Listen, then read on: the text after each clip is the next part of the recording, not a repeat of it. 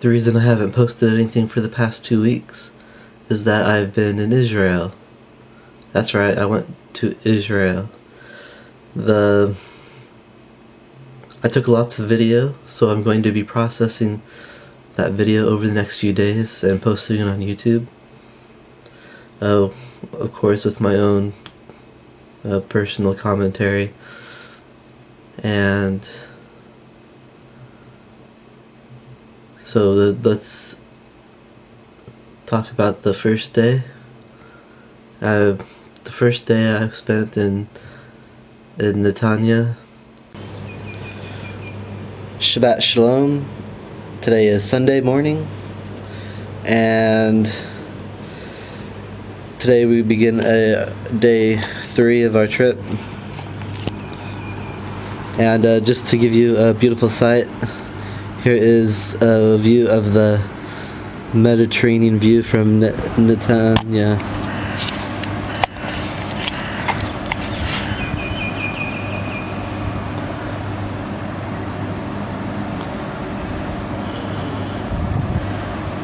It was too dark, so I didn't bother bringing my camera, but last night I took off my shoes and waded through this beautiful Mediterranean Sea.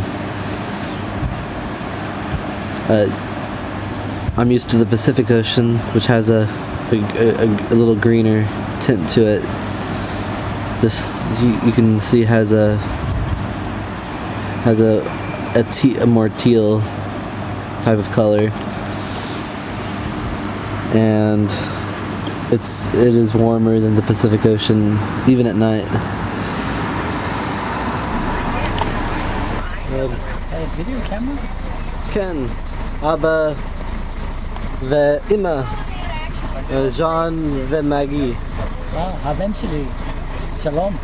Shalom.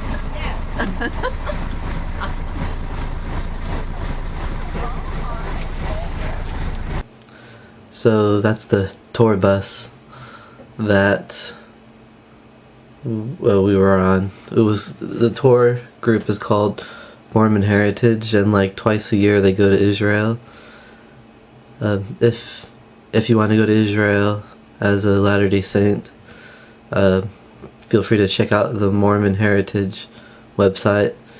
You can just Google Mormon Heritage, and you'll find the website for that. And the funny thing is that on the second day, I remembered that a friend at work had said, "Hey Ben, you really need to go to Israel." And so I said, well, if the Lord wants me to go to Israel, He'll bring me there freely. And I am thankful for my dad and my stepmom who paid for me to come to Israel. So I was brought there freely. So I'm very thankful to my dad and stepmom for that. Next after we stayed in Netanya, and the first place that we went was to the college that was there. And we had a professor speak to us about they have a memorial garden there that it first starts with Orson Hyde, but a tree was planted for every prophet of the church, and it's just to show the long-standing connection between Mormons and Israel. So here are some shots from that garden.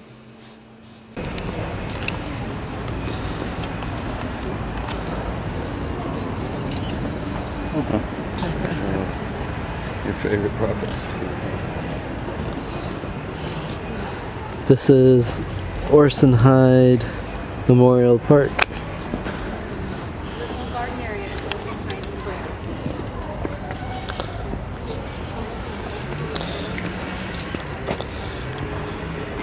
Okay.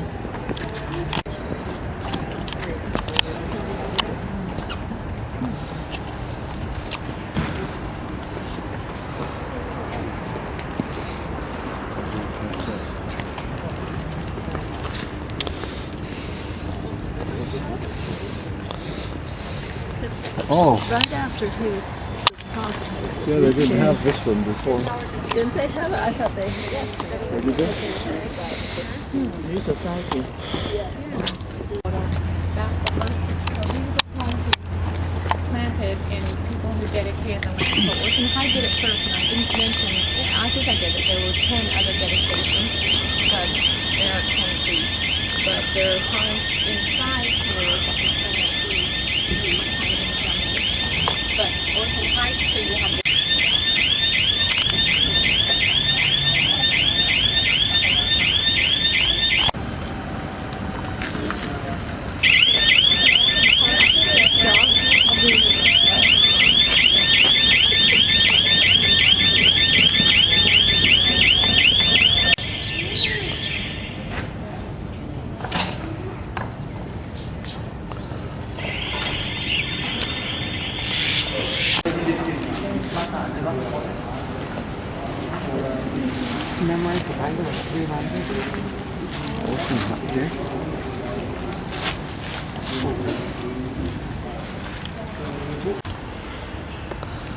I was just told an interesting story about this oak tree.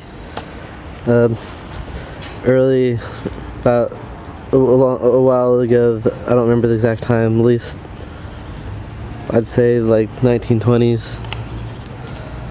There was a drought in the land, and this very important Rabbi Abu, who was a mystical rabbi of the Kabbalah, he came here to Natan, and he got beaten and robbed, and the local Arab population took him in and nursed him back to health. And when they found out who he was, they said, "Oh, we know that you have spiritual power. Could you help us find water?" So the Rabbi Abu took a dowsing stick, and he found the water, and this is one of the locations that he found the water. So they planted an oak tree in remembrance of that. That brings an interesting point about water dowsing, and how I believe that water dowsing is a real thing, and so it doesn't surprise me at all. After we went to Netanya, we went to Caesarea by the sea. Now there's two cities called Caesarea in Israel. That's because the people who built them wanted to honor Caesar, to get some support from Caesar, because if you're on Caesar's good side, that's a good thing. But this Caesarea is called Caesarea by the sea, and it was built by Herod to appease Caesar, and it was also a major shipping port, because Israel only had a minor shipping port, but Caesarea by the sea made it so that Israel could have a major harbor where big ships can actually unload off of docks, instead of having to ship it by using a smaller boat. Now, as I stood over the ruins of Caesarea by the sea, I had spiritual experience wherein the Lord showed me that just like the ruins here at this city were because the people would not understand the law of God, so too shall there be American cities be left to ruin because we have not understood the law of God as a nation. And I felt a deep sense of sorrow over that. But despite that, the ruins are still fun. I love archaeology, and it was fun standing over these ruins, which is something that I've always wanted to do as a little kid, is to go to an ancient place. Here we are at the ruins of Caesarea by the sea.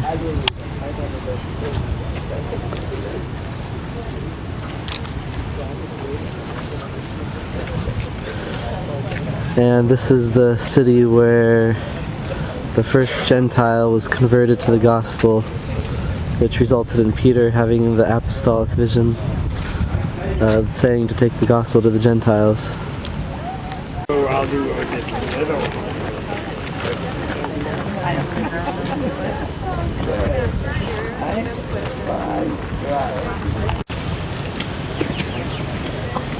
Here we are walking through the ancient theater of Caesarea.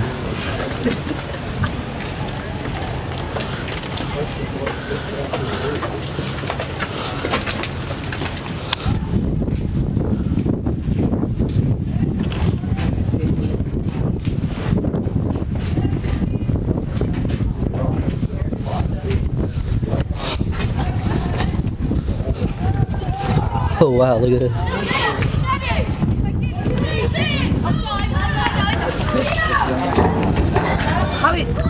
How is it? It's good. It's excellent. Nice to meet you.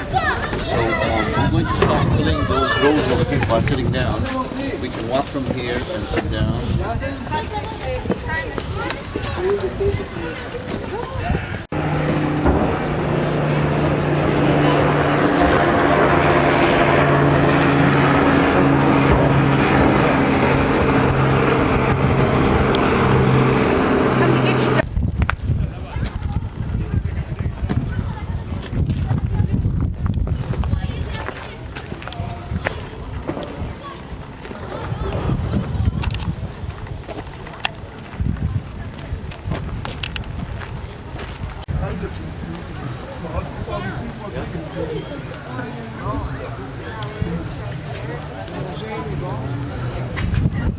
Now, Caesarea has a very interesting history. As I said before, it was built by Herod the Great. Herod the Great built a temple to a pagan god to please us, the Romans, and it was outside the harbor. It was the center focus of the town. When the Roman Empire fell and the Byzantine Empire rose, the pagan temple was converted to a Christian church, where it remained that way until the end of the 6th century into the 7th century, where the Muslims conquered the city and converted it into a mosque.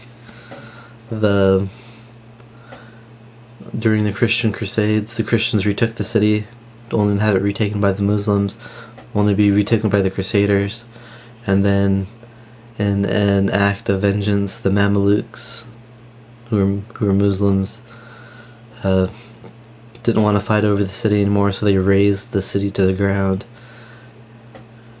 which it remained until this time, when it was discovered by archaeologists and started to be reconstructed as a Israel national monument. Now, in addition to being the place where the first Gentile was converted to the gospel, it was also the place where Paul was taken before King Agrippa, wherein King Agrippa said, you have almost convinced me to be a Christian. And you could feel that there.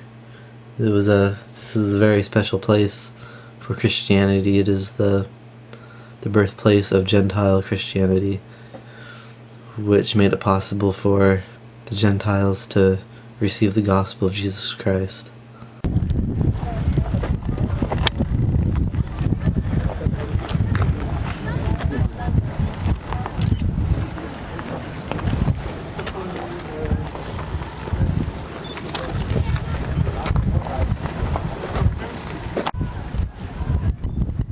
This is the place where Paul made his appeal to King Agrippa and almost convinced him to become a Christian. This is the very place where Paul stood. That's what they unloaded up, yes. This stone was found. It proved that Pontius Pilate really existed, because this is the only evidence outside the Gospels You said this was that found Pilate under existed. one of the seats? An ancient Roman well.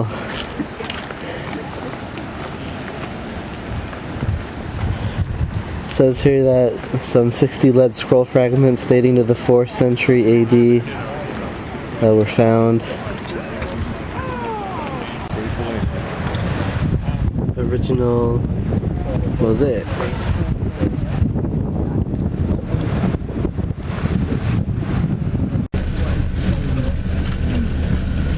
This is a remnant of the Roman aqueduct that is right next to Caesarea. After saying Caesarea by the sea, we stopped off at 2 grave sites of where 2 elders died who were sent on missions here. And it is because of these 2 missionaries that we were able to prove to the Israeli government that we as a church have had a long-standing tradition within Israel, or it's called Palestine region at the time. And then after that we stopped off to see the Baha'i Shrine, which is a religion that kind of broke off of Islam and then incorporated everything else. If you don't know anything about the Baha'is, it's basically a religion where they believe that everything is valid, and so they kind of study everything, and that all paths are acceptable paths to God. But it started off as a breakaway from Islam.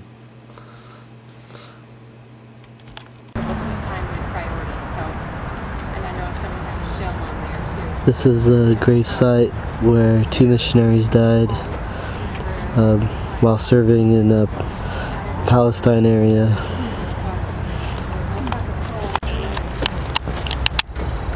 And here's that second one. The first one was Elder Hag, the second one's Elder Clark. Right. Baha'i Shrine. The next place we visited was Mount Carmel, or Mount Carmel, and this is the site of one of my favorite stories. And this is the place where we were is the traditional site of where Elijah stood when he contended with the priest of Baal, and caused. If you're not familiar with the story, there was about 400 priests of Baal, and Israel was turned towards worshipping those gods. And so Elijah had a contest, and he said, "Alright, let's do this. And each of us will build an altar, and we will pray and call down fire to consume the offering on the altar, and whoever's offering is after that shall be the God of Israel." So everybody said, "Okay, that works out." So the priests of Baal built an elaborate altar, and they put the sacrifice on there, and they prayed, and they beat themselves. Maybe they even, just off the top of the head, they might have even cut themselves. That's some stuff that they do. And this went on for hours and hours, and nothing happened, and Elijah starts making fun of them, and says, "Perhaps you guys need to call out louder because your God is sleeping," and stuff like that.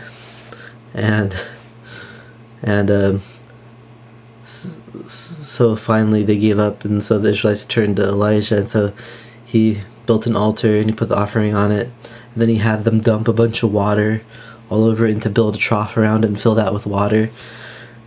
And so then Elijah prayed, and he basically said, all right, Lord, this is how we're going to prove that you are the true God of Israel. Now call down fire to consume this offering.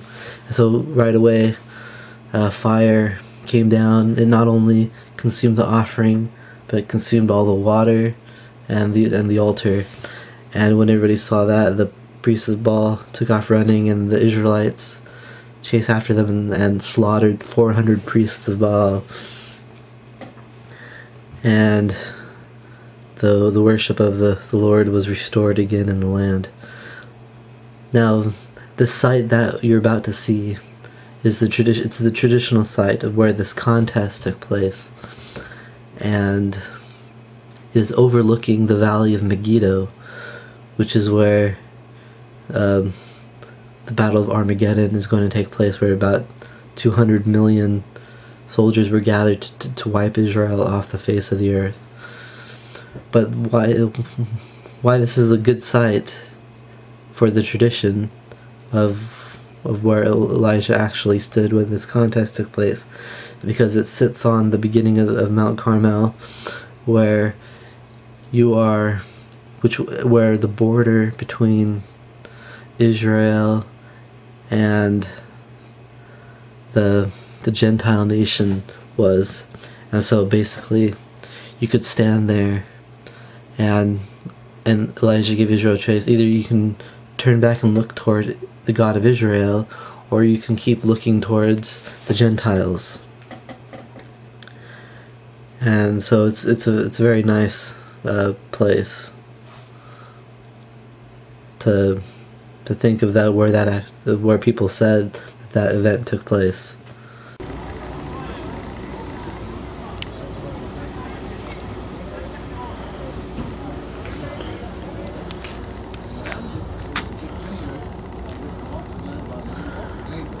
This is the traditional site of where Elijah fought with the priests of Baal.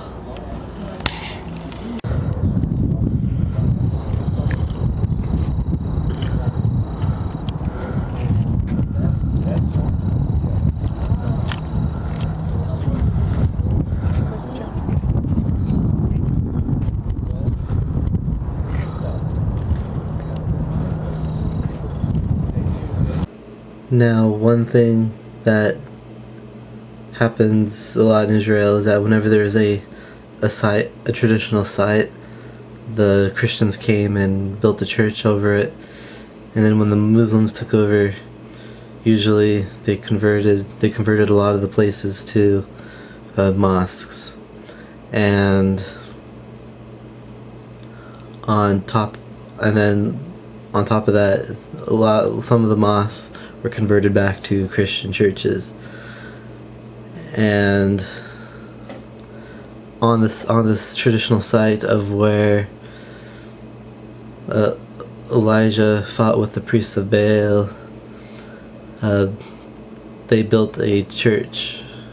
It's a small Christian church, and so here's just a shot of that. It's very small.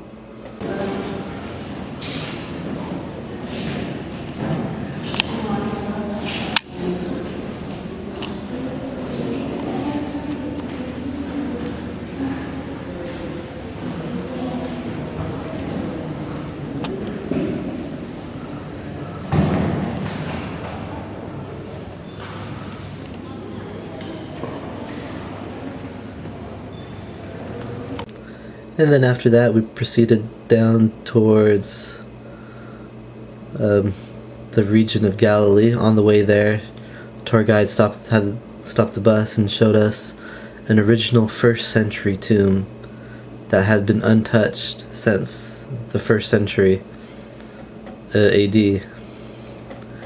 And so here's just a quick shot.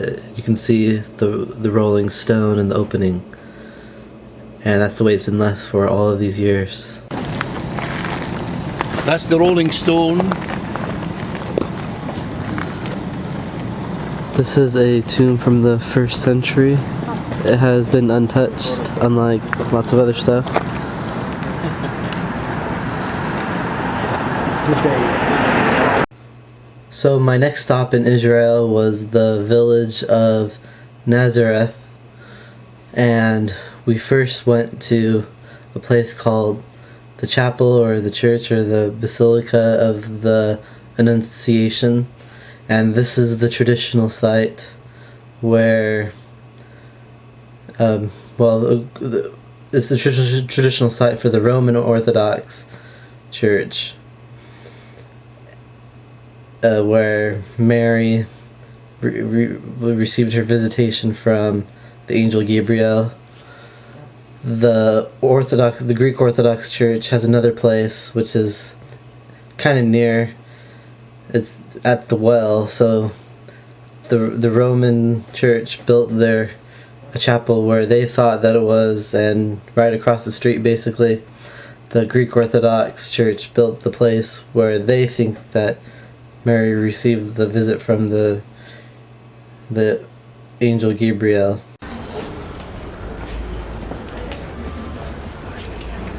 This is the Church of the Annunciation.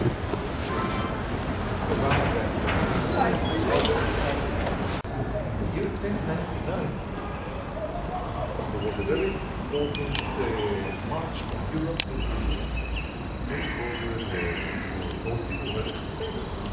Okay? The Pope Urban II already. That's why donated by the Catholic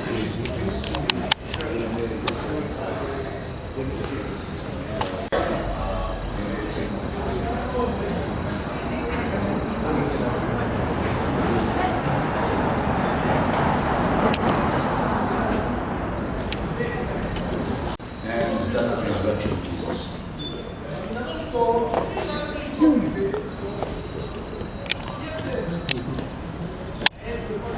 Now, I don't know if all of you are able to come here and look that way. You've got Old Testament things here. You've got Adam, Eve, Cain and Abel, Noah's Ark. All right, let's walk this one.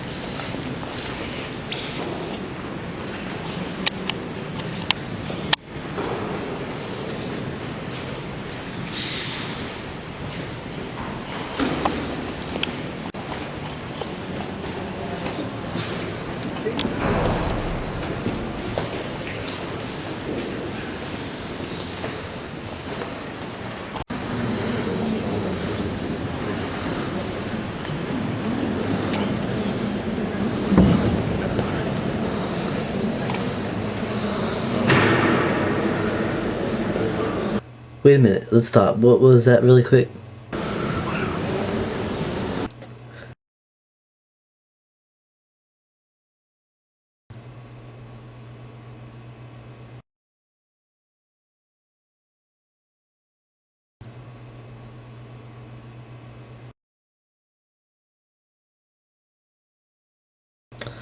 You see that in this church of the Annunciation, many countries have donated a picture of the Virgin Mary, and some of them are really beautiful, some of them are traditional, a lot of them have their own nation's cultural heritage clothing being depicted on Mary. And then we get to the Americans, and in like form, I just thought that this is the most trashiest thing that could have been donated by America, and I think it's an insult to Mary to be depicted in such trashy form. That's because we're America and we're #1. After visiting the Church of the Annunciation, we went to a place called Nazareth Village, and this was actually one of my favorite places to go. It's a small recreation of what Nazareth was like at the time of Jesus. It's run by Messianic Jews, and it just had a really peaceful spirit there. If you go to Israel, I would highly recommend that you take a stop at Nazareth Village. Check it out. Here's a brochure.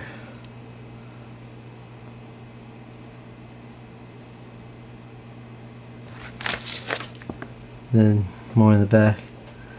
This is what it actually looks like. And they do all types of stuff. And it's totally worth it. It had, as I said, it has a very peaceful spirit about it. And so we'll take a quick look at that. And there's some very interesting things that I didn't notice, and that's because I didn't understand some stuff. But going here helped me to understand some things, some very important things better.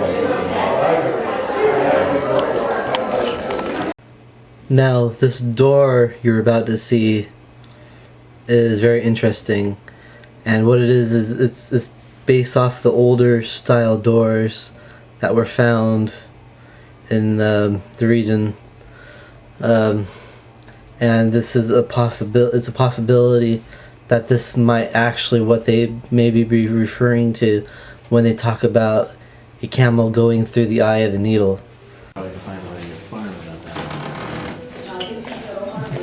It's not even that old. That doesn't look that old to me. And so, as you can see, you have this big door, and then you have this little door inside. Now, the little door was for people to go through. Animals couldn't go through it, and that's how you kept animals out of your houses and out of places that you didn't want them to go. And if you wanted to bring in animals, then you would open the big door. But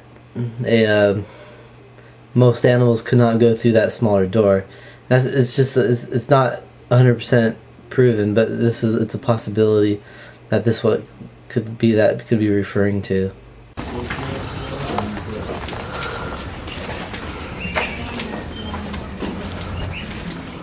Replica of Nazareth Street.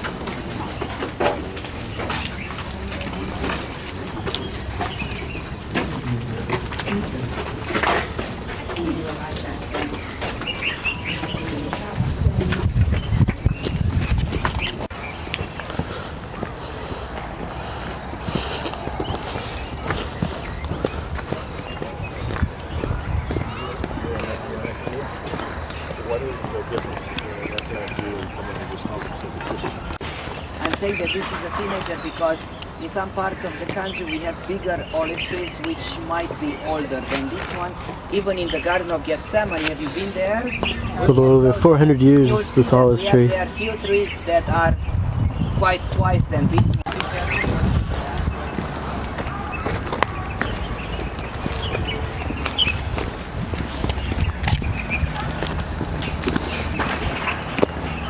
Give you 2 or 3 minutes, to go around and to take pictures of the things that I explained to you.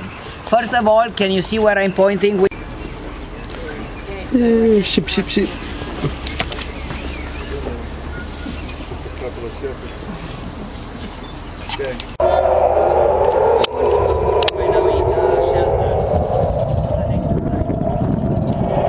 So, I will go very slowly, and if some of you would not like to... This is a real wine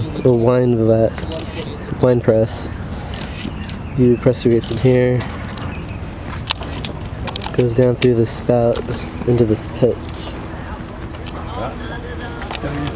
where it was collected.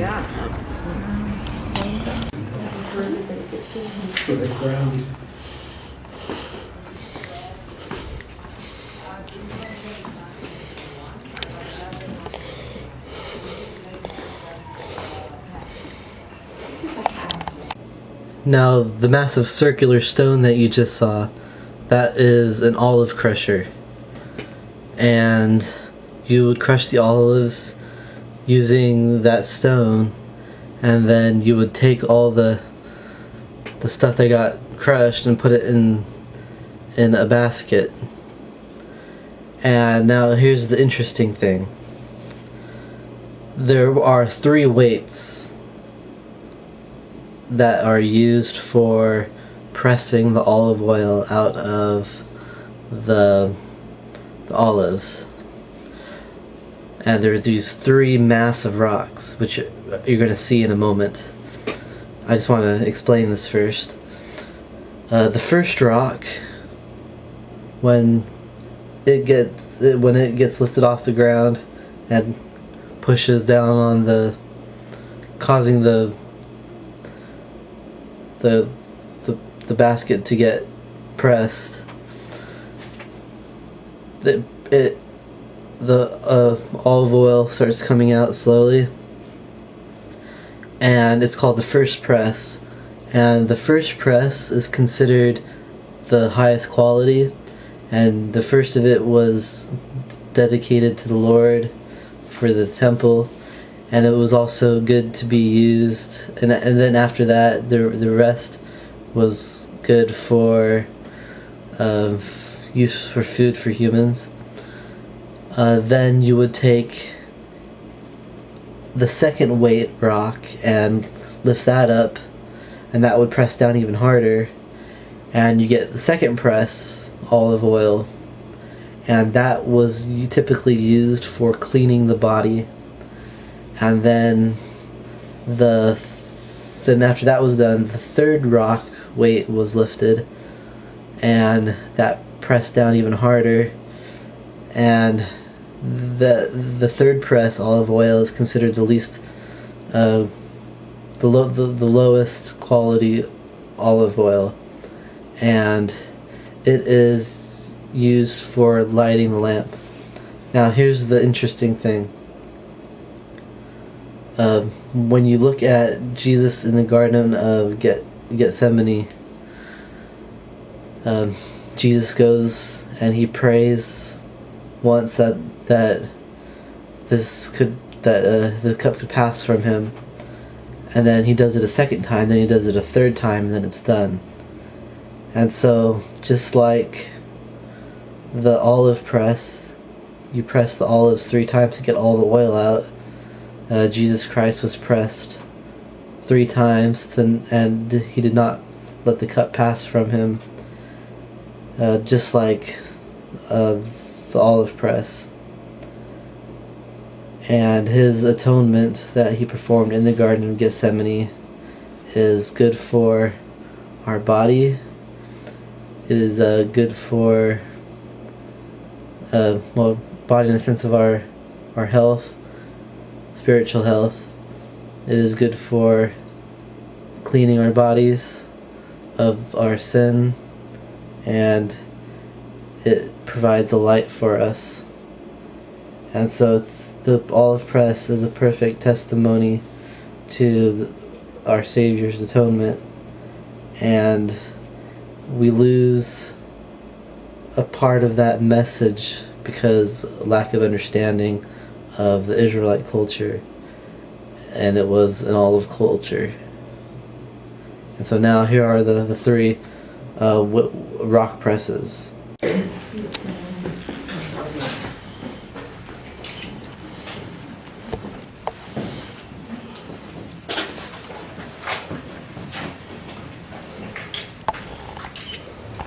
kind of good, you know. This is cordless, as you can see, with rechargeable batteries.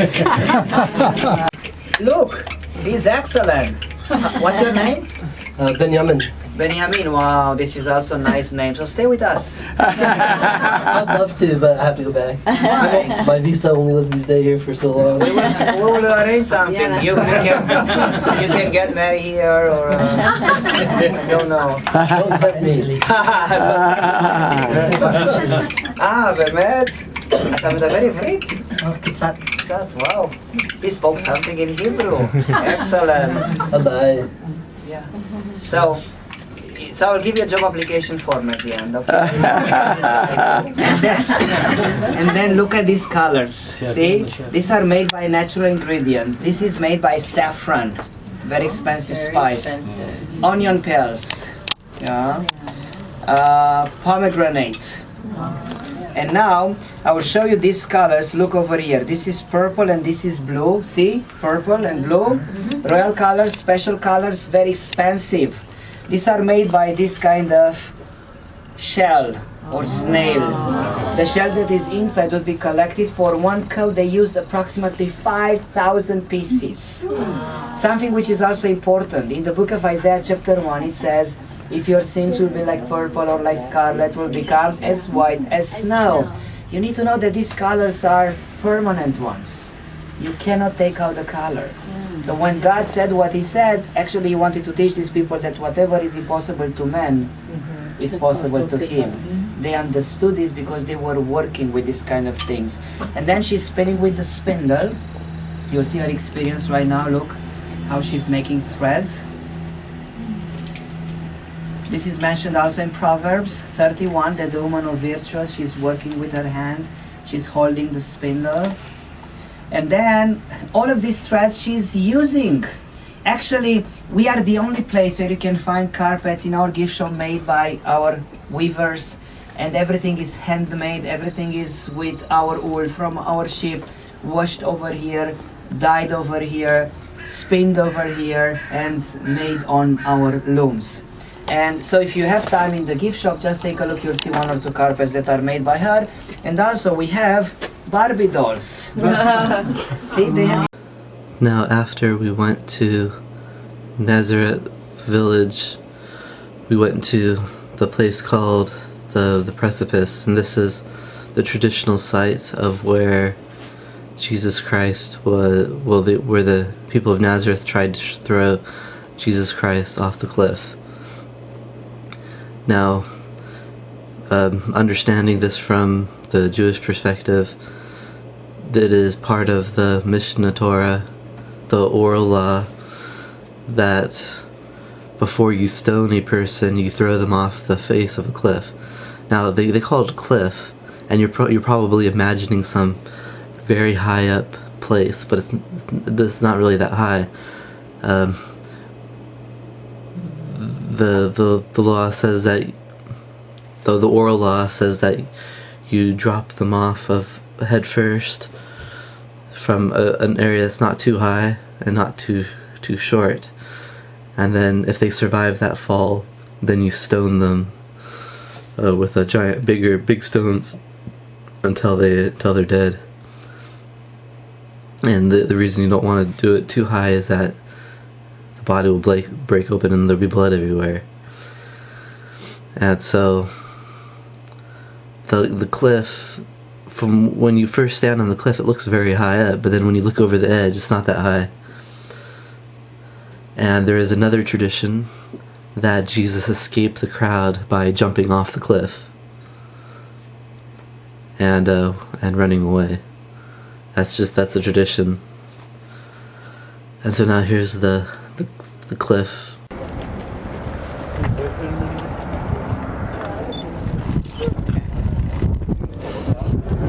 As a start, I'm going to take the photos. Let's come and sit down here. Let's come and sit down. Use those cups.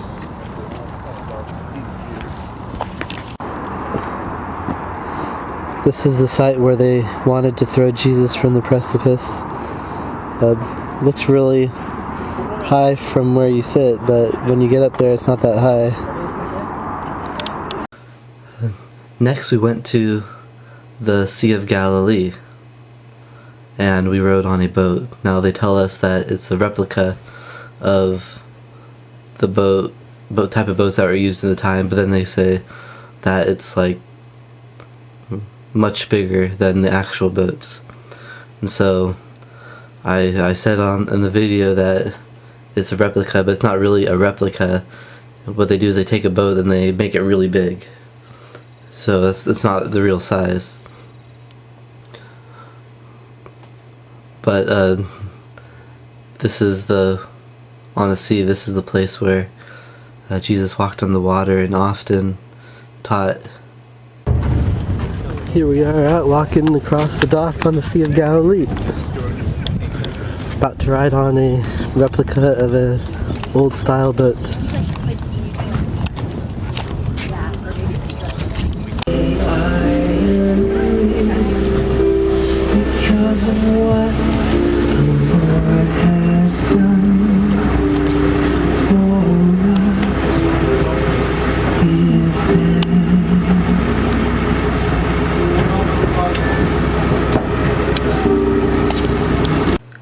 Now, one of the cool things about the Sea of Galilee is that when you, pretty much anywhere you look in the water, you see just tons of fish. There's always a school of fish when you looked in, and it made it seem that it was really easy to fish. They did a demonstration on how they cast nets, and I caught that on video. But it recalls to mind the phrase "fishers of men," and that just like the Sea of Galilee is full of fishes, the world is full of men, and it became the responsibility of the members of the church to cast in their nets and fish up as many men as they can.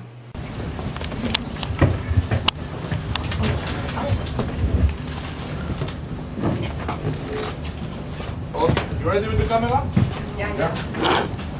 1, 2, 3.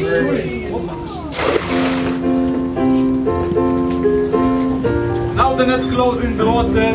If we have the fish, this comes now. It's chicken.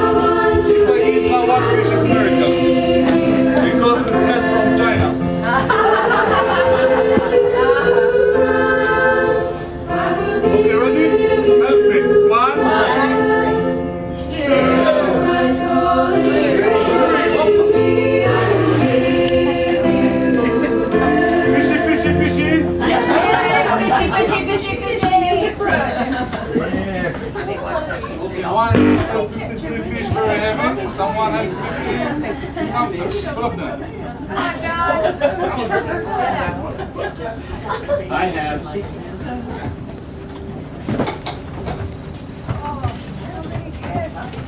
158. See something? Fish?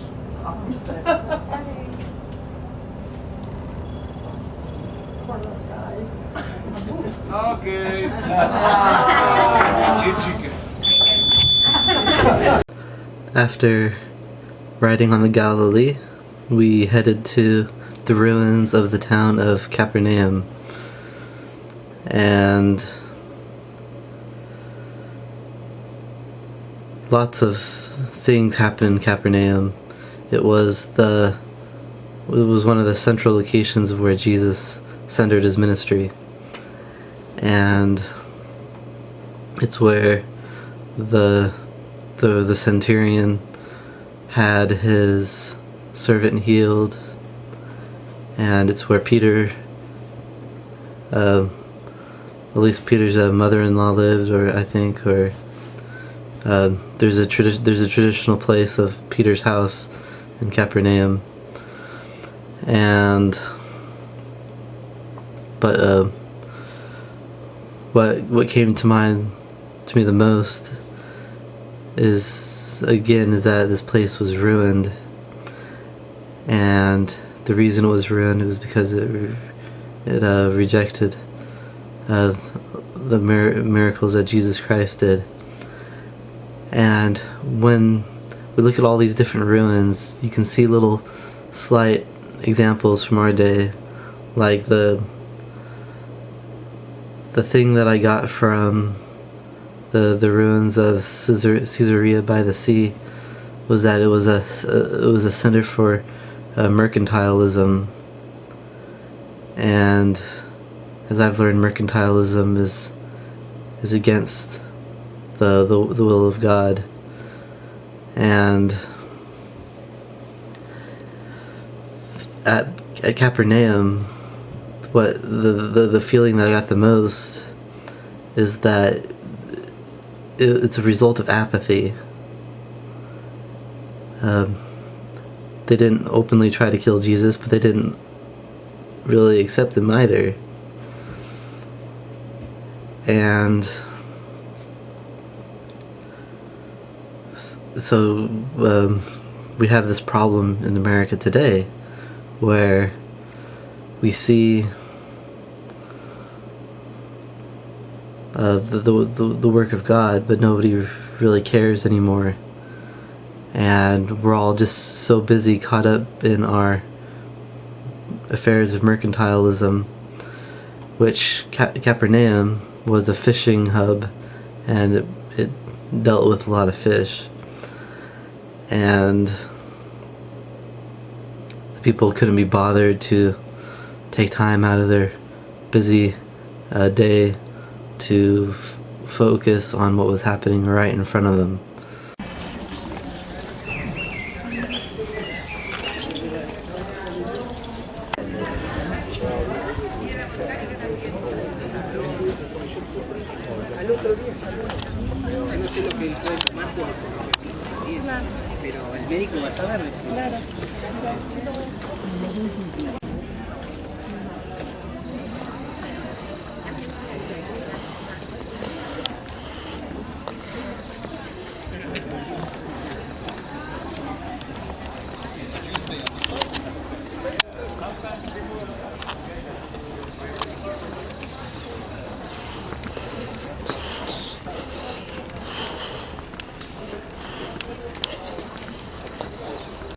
Which made it like a church, a house church. They put it in Latin, Domus Ecclesia, which means house church. Then somehow in the 5th century they said, okay, we'll house both. When they had this rectangular shaped church on top.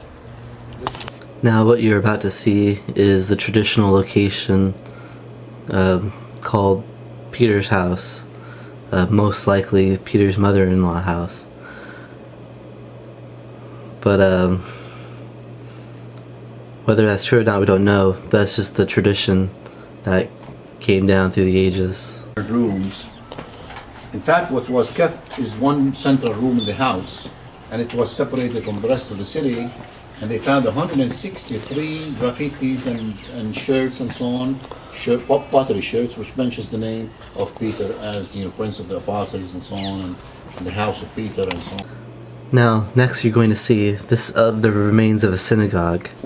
Now, the thing about this synagogue is that it was built by the centurion who had his servant healed, and he built it as a gift to the people of Capernaum. And so when it says Jesus taught in the synagogue, this is the synagogue that he taught in. But the problem is that it got destroyed and rebuilt. Now, you're going to see two color stones. The white stone is the rebuilt portion that happened, I don't remember the exact time. I think it said 4th century. The black stone is the original foundation. And there's a little place where you can stand on the original foundation, which I did so. The Synagogue of Capernaum.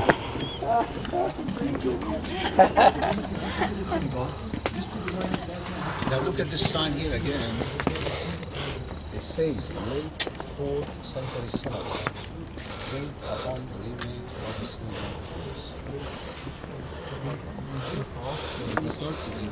The foundation of the synagogue. The black stone is the original foundation built by the centurion who asked Jesus to heal his servant. The lighter color stone is a 4th century reconstruction.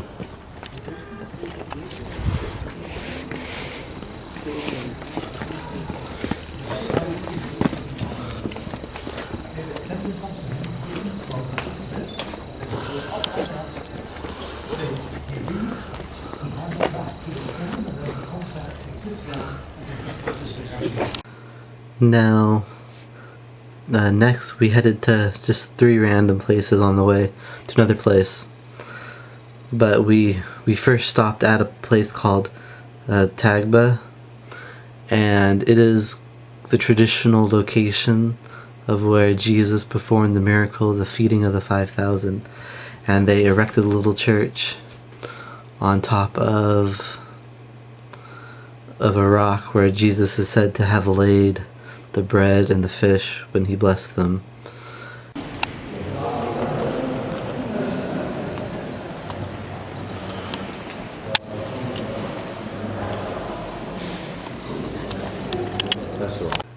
And then after that we headed to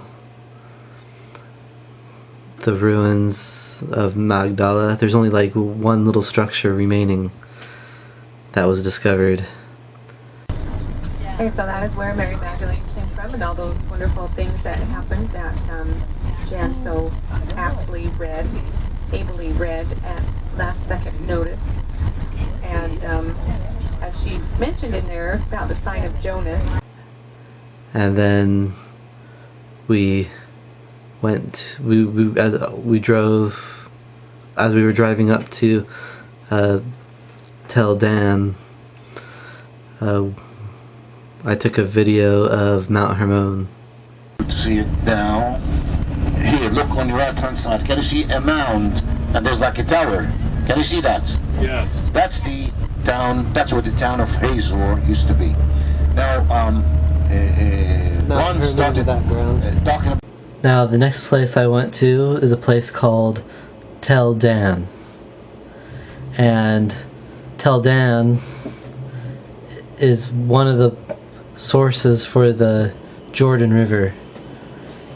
The Jordan River has two sources, and the primary source comes out of Tel Dan, and it is a beautiful place, and all these there's water streams everywhere, and I even have seen water just come out of the rocks, and it's just a very beautiful sight. And so here's a lot of footage of the different water sources that I saw in Tel Dan.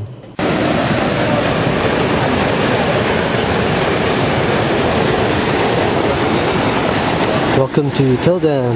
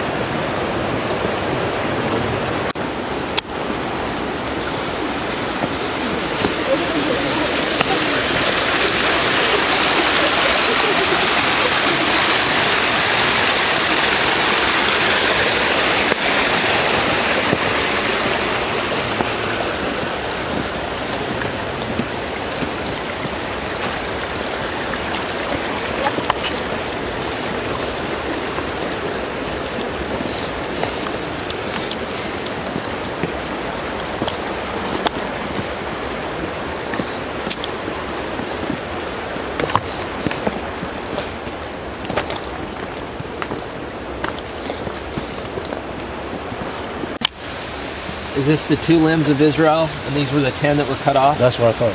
I heard you. According to the sign, this is an old flour mill.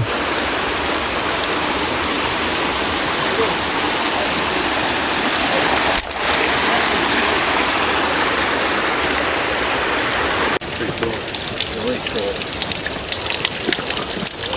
Why would he think I drink it?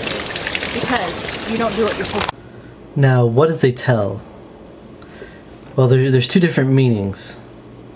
The first is that it's a Hebrew word and it refers to a hill. But it's a very specific type of hill.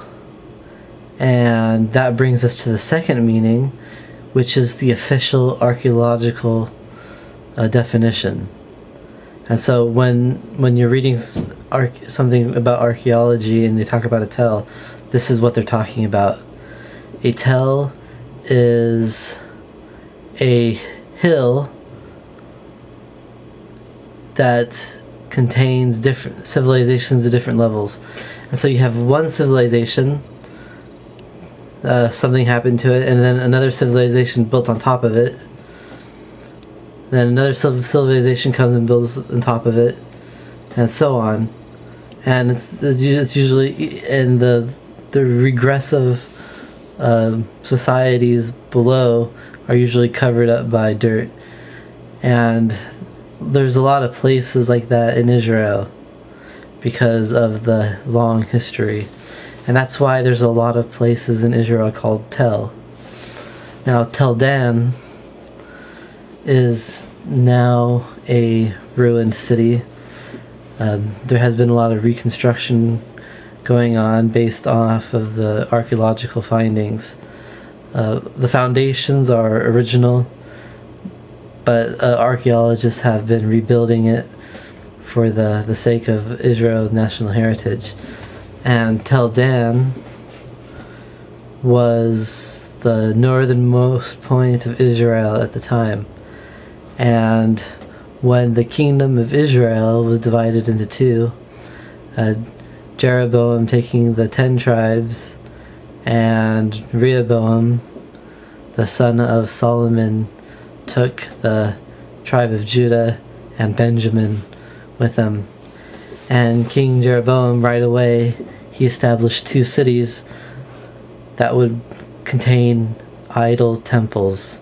And Tel Dan is one of those centers.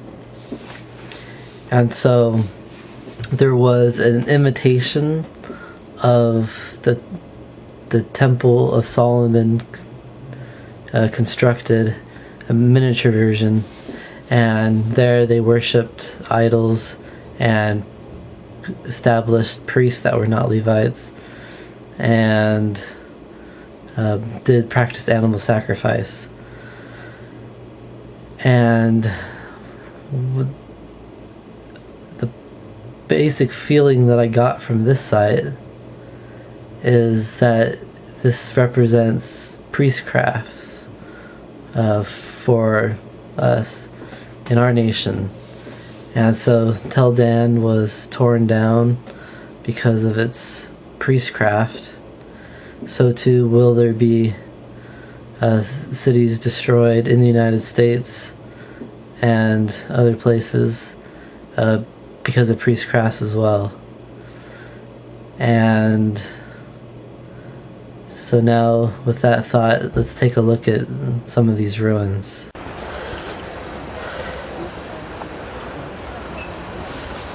This is where the city of Dan was before it was destroyed. Understand the different parts that you see in front of you. And remember, we said that the most important part is this part, and that's where the temple was, sacrifices were made, and after all This is a site where they sacrificed to idol gods in Dan during the split from Israel and Judah. at the southern end of the northern kingdom at Bethel. And if you look over here, the part on the left, over there, these were the priestly chambers.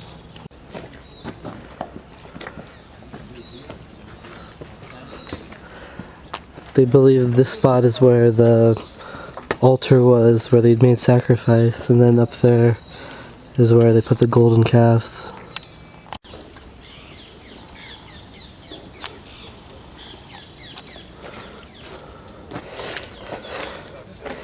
So this is where they put the burning coals, or took burning coals from off the altar.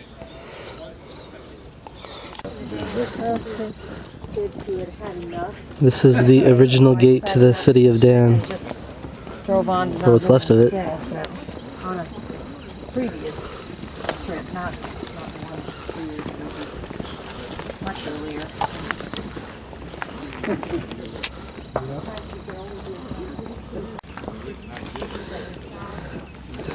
And this is the gate to the city. And this is the road. This is where you'd have to cross through to enter the city of Dan. A lot of commerce and meetings took place here.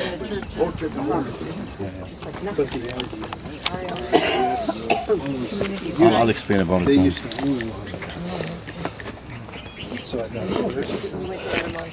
Oh, yes. We talked to the guy.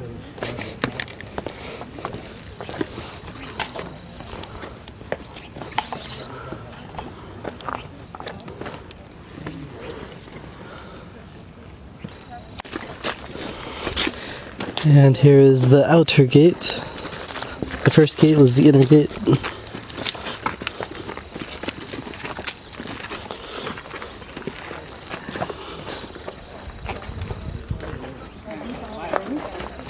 Yeah. Remember we said business transactions, meetings, Offices. decisions. So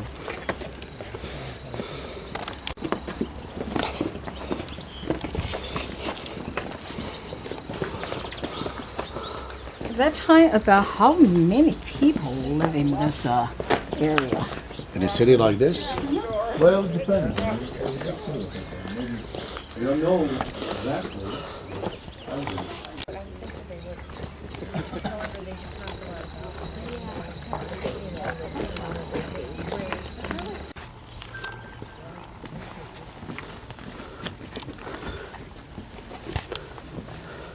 This is called Abraham's Gate? yes, because this dates back to that period when the land was under the control of the Canaanites. It dates back, in other words, to the 19th century before Christ. My interest peaked up a lot when I saw that that was Abraham's Gate. And the reason they call it Abraham's Gate is because when the Canaanites still controlled the land, when Abraham sojourned there, this gate, it was part of the original city before the tribe of Dan built over it, and it remained through that day. And so that's an example of Canaanite architectural design for their gates, and it is very likely that Abraham would have gone through that gate when he went through this area.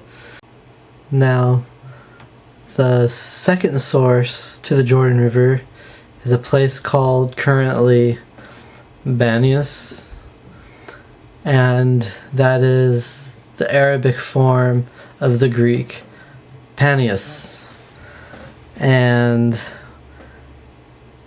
it is called in the New Testament Caesarea Philippi. And according to tradition, this is the place where Jesus asked the question, whom do men say that I am? And Peter answers him, some say you are Elijah or John the Baptist or one of the other prophets.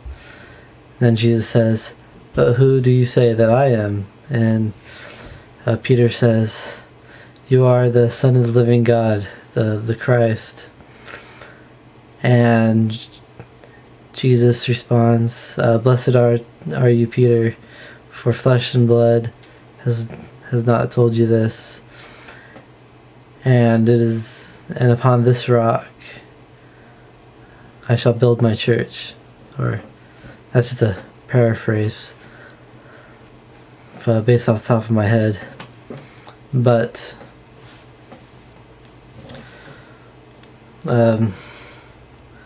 this is a very important principle, and that is that the church is built upon the rock of revelation.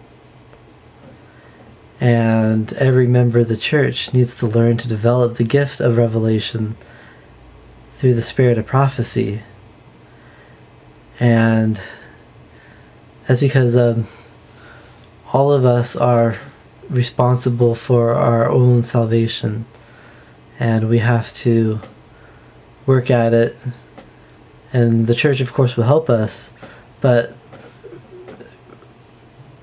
we, in the end, are responsible for ourselves. And we need to be able to have the gift of revelation, because we know that there are things good and things bad, and without revelation we will be deceived. And so this is a very important principle. Now, Banias was a site of a pagan temple dedicated to the god Pan. And at this site, this was a Greek colony, basically. And at this site, they would sacrifice an animal. The water flows right out from under the ground. And there's this cave, which you'll see in a moment. And there's this hole, and they would throw the animal down the hole, and if it disappeared, then the offering was accepted. But if blood came out of the river that flows from underground, then that was a sign that the sacrifice was rejected. Now, there was an earthquake at this site, and it got abandoned, and then the Israelites took it over. It was renamed by King Philip, one of the sons of Herod the Great, and he called it Caesarea Philippi, in honor of Caesar. And this is, as I said before, this is the traditional spot where Peter makes that witness that Jesus is the Christ, the Son of the living God. This is the temple bread.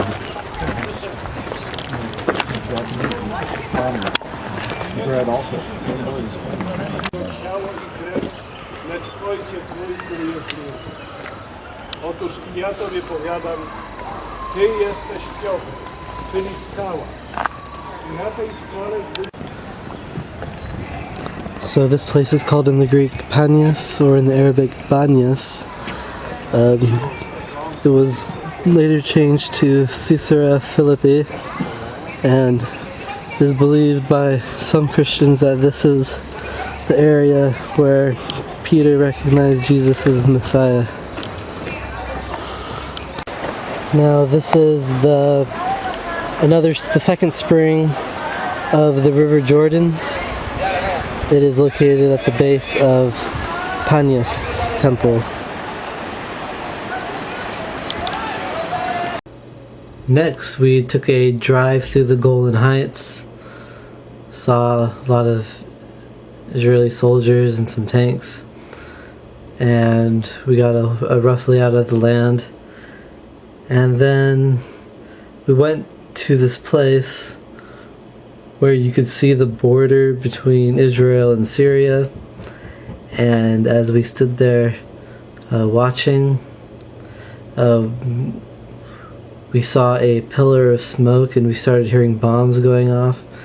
And the whole time we were there, I don't know if you'll be able to hear it in the video, but you can hear bombs going off. Boom! And then a black pillar of smoke would start going up.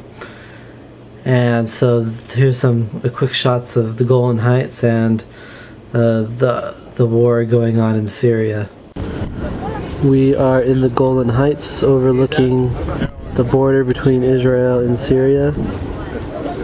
And we have the United Nations Can you see the smoke? base right there. That's the whole pumping. You see the smoke?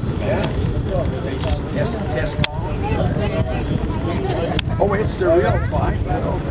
As you can see, that's the border fence. Now is that And beyond the fence is Syria.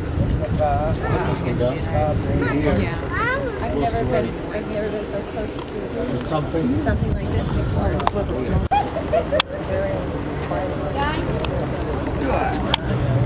Right now there are bombs going off in Syria, and you can see smoke from fighting. You can hear the booms from all the way over here.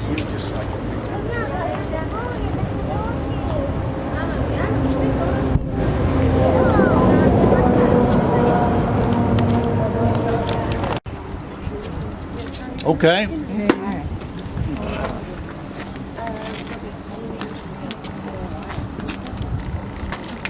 Now, what you're about to see now is this is the traditional location of where Jesus gave the famous discourse called the Beatitudes, contained in Matthew chapters 5, 6, and 7. This is considered the site where Jesus gave the Sermon of the Beatitudes. We call it the Mount of Beatitudes, but it's actually a hill.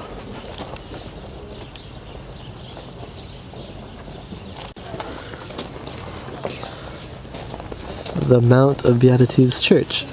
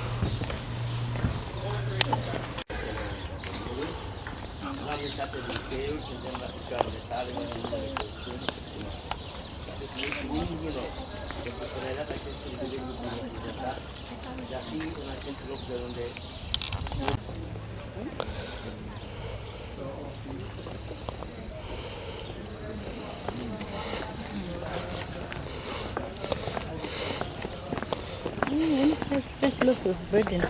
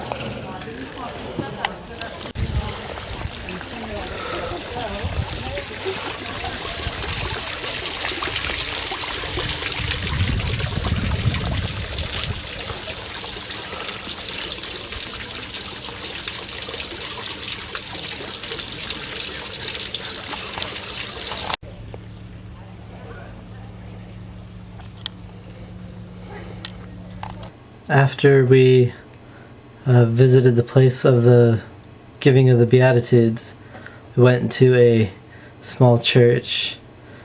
I can't remember the exact name, but it's something to the effect of the church chapel of Peter's primacy, and it's just a reference to Peter being the chief apostle.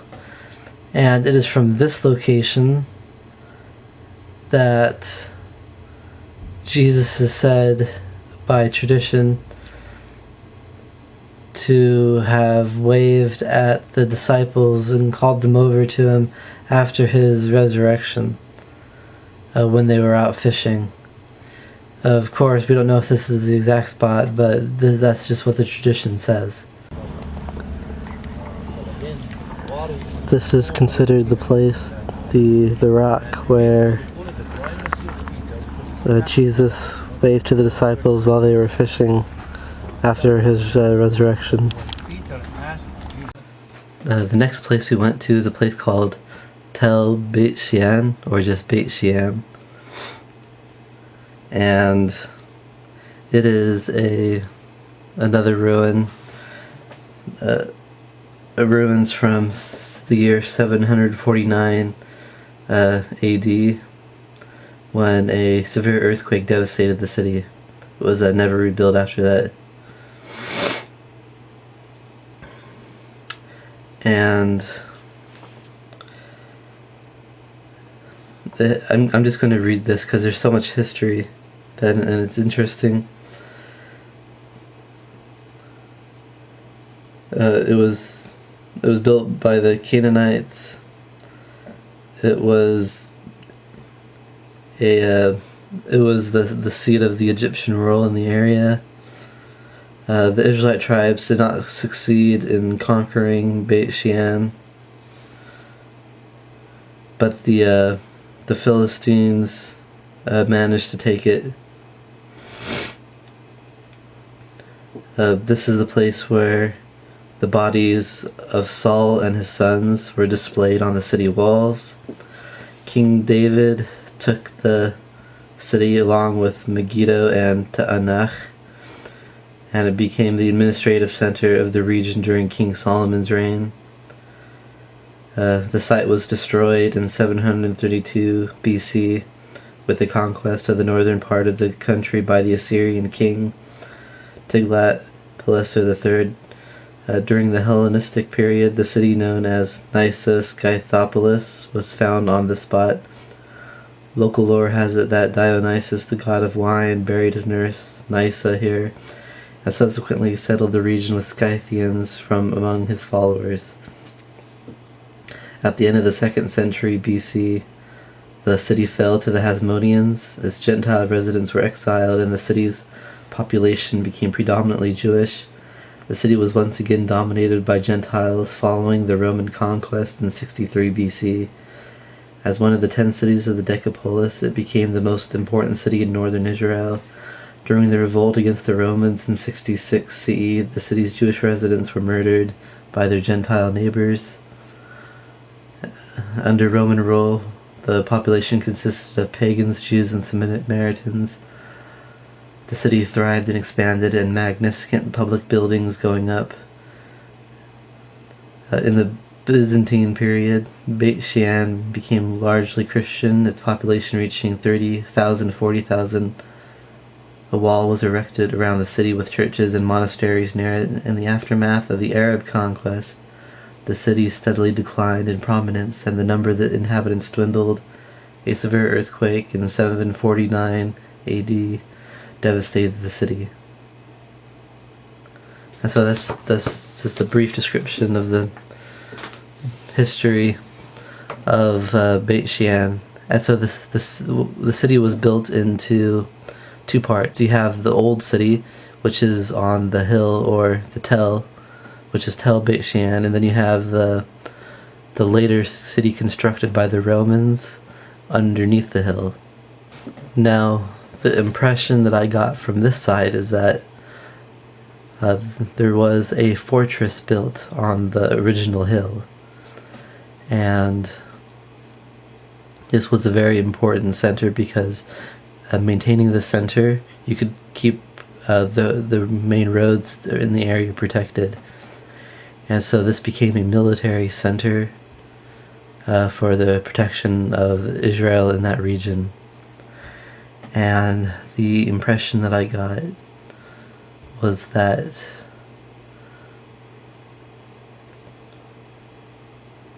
just like this was a military center in that day, a way to protect Israel in the region and the people there, we cannot depend on the military alone to protect us in America. The military has become somewhat of a false idol, and we think that we will be protected because of our vast military. That's just not the case. Israel had a strong military presence in Beit Shean, yet it was still devastated by war, and in the end it couldn't protect itself. And so when the Lord has made a decree that a place will be destroyed because of its wickedness, there's just no stopping it, no matter what, no matter how much military we have. Now here are the ruins of Beit Shean. Welcome to the ruins of Beit Shean. It was at this location that Saul's and his son's final battle took place. They were killed and hung on the wall.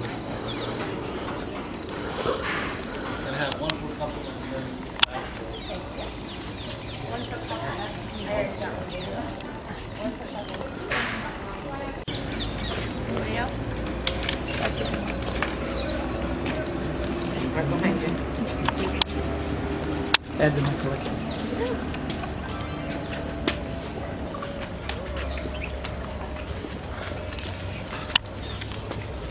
That's why I wanted to raise a point.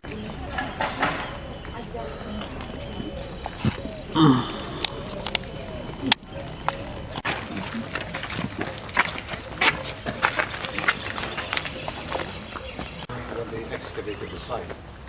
And Roman bathhouse. when you walk inside, you clothes, put them on the shelf, and then you come out to wrestle, to lift weights.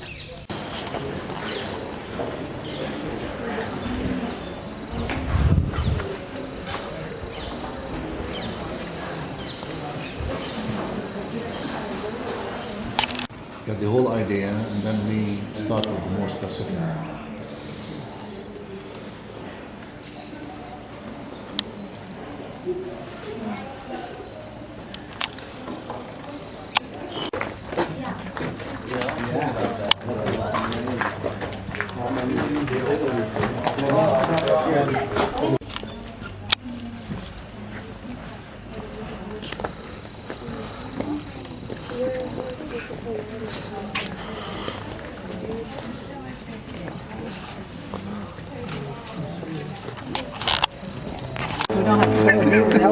Which was the toilet? Oh, those things over there. See the picture?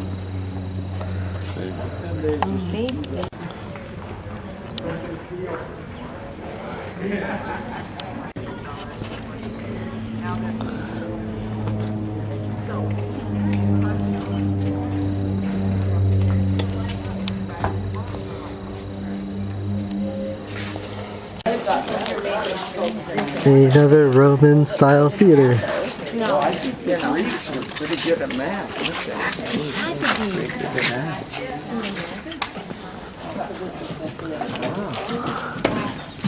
Hey, Sam. Perform. Soprano. So I'm a boy. I'm 12 or 13 or so. And the king's enemies are trying to assassinate him at this costume ball. So they're trying to get out of Oscar. What is the king wearing? What is his costume? And he's like basically saying, I am not going to tell you. You know, just being a snotty kid.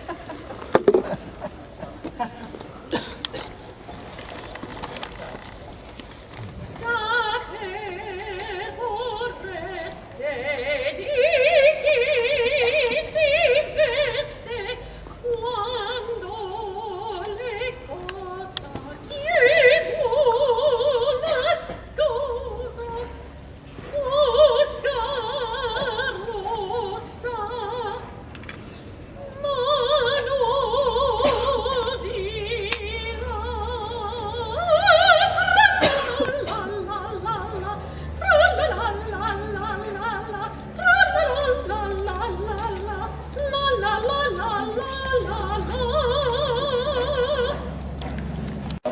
Now this is an original style Roman toilet. You squat in between the two stones and it flows down at the bottom. You have channels of water too that would flush it out. Remnant of a Roman temple collapsed during an earthquake. See, there were many streets, connecting the city together. But this one was... This is Tel Biat Shan,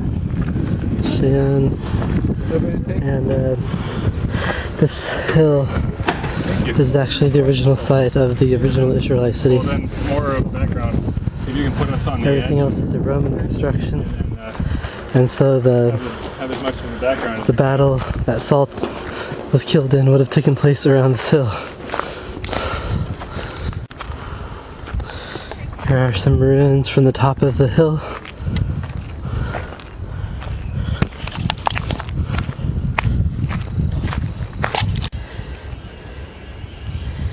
And this is the site of an Israelite fortress.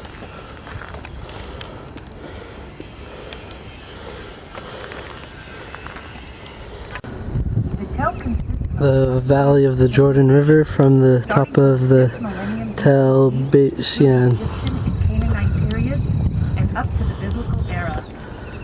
Crossing the Jordan River is Jordan. Now we also spent some time in the Palestinian Authority area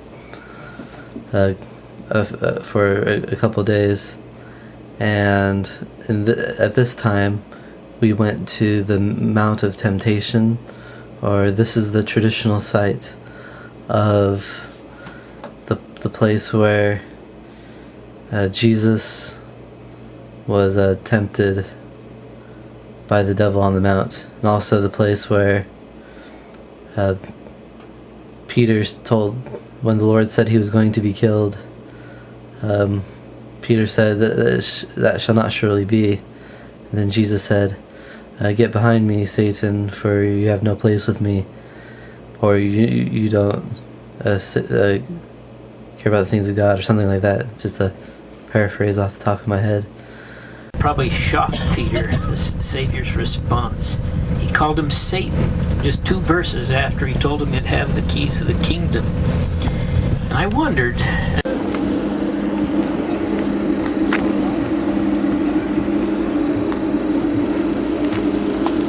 This is in Jericho, the Mount of Temptation.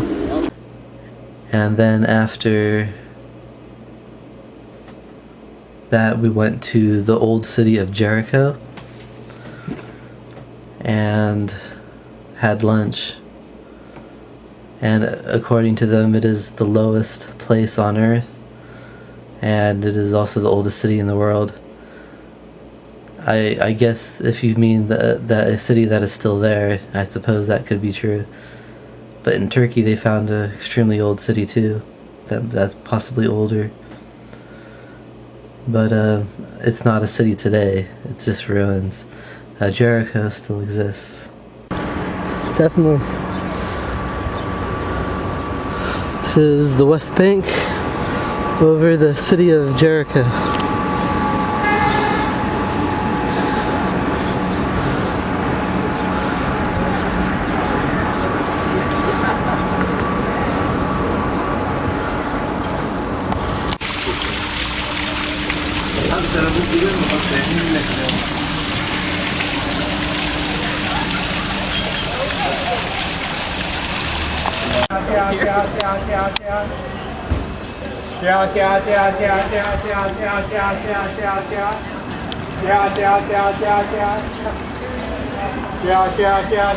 Now this tree is considered the tree, or at least the location, where Matthew climbed up the tree to get a better look at the Savior, and the Savior told him that he would dine with him that night, even though he was a publican, and he repented and followed the Lord and became one of the Savior's disciples.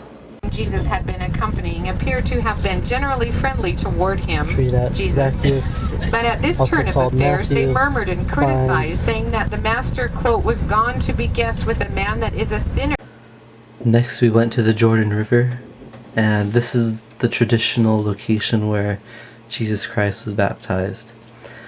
And so of course they got churches all set up around it. But you can actually go in the Jordan River, and in fact there were a couple baptisms, more than a couple baptisms going on at the site. And notice how lush and green it is around the Jordan River, but the river itself is so murky and muddy that you can't even see through it a little. And then compare that lush greenness to the Judean wilderness right behind it, which I got a couple shots of too, for contrast.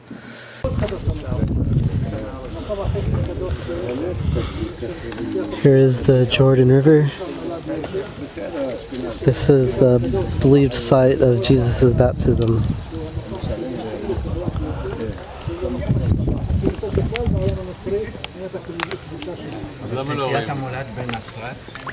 And yes, you can walk in.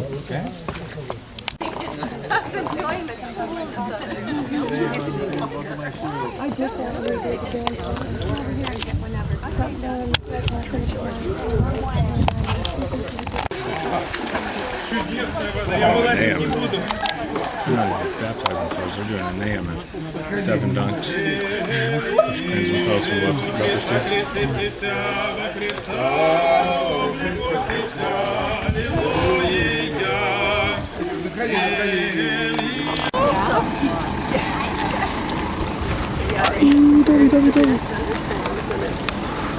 Flooded to Santa Clara. And the Virgin River.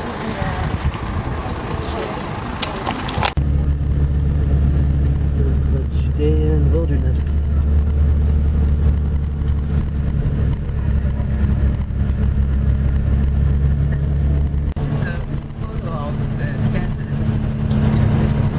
Hello.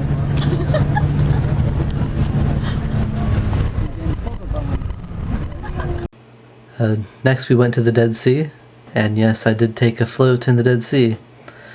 And it is true that you cannot sink in the Dead Sea. Sometimes the water forces you out so forcefully that you can't help but like get flipped over. And in order to stand up, you'd have to swim back to the shore.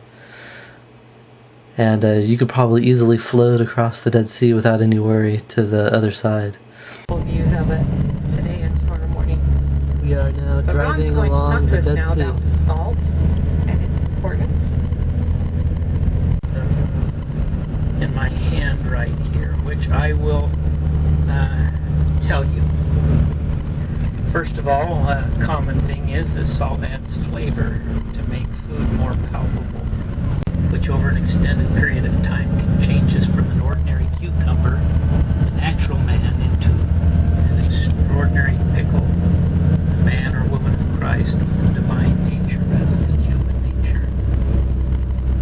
Romans have to get under control. They've got Jerusalem taken care of, and here we have these zealots out here just kind of hanging out there. Their job wouldn't really be done until they had them taken care of. Next we went to the Masada. It was a very important Israelite fortress built by Herod,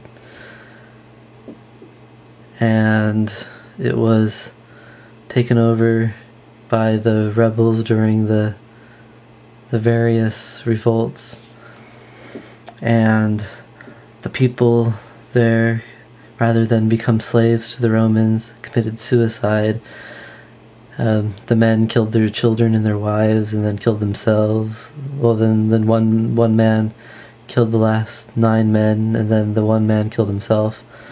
The only reason that we know about that story is because a woman had hid, like, it was 1 or 2 of her children. They hid in the cistern so that they would not be killed. Because when they heard what was going down, they didn't want to be killed. And they went to the Romans when the Romans finally breached the wall, and told them what happened. They burned all their possessions except for their food.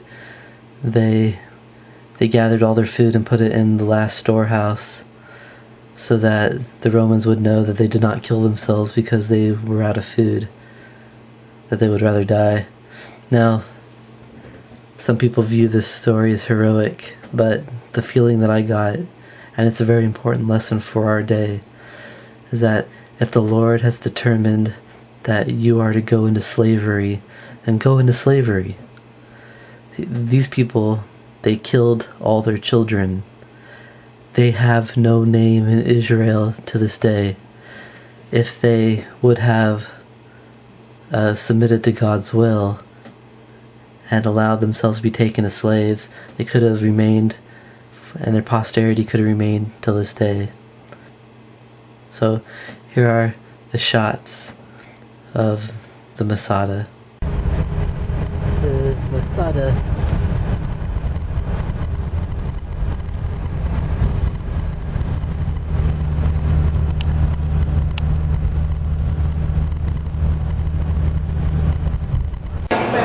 Quick replica of the Masada.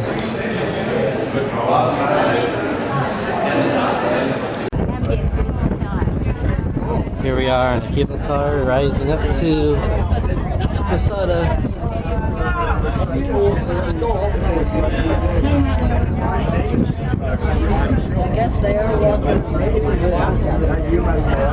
There's the serpentine path that Herod created.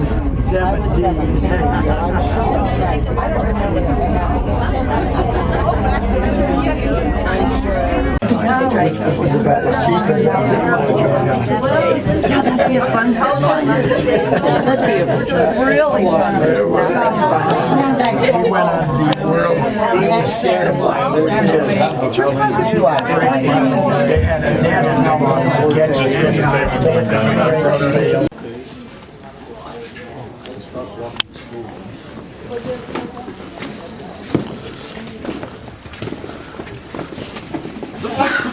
Bless you.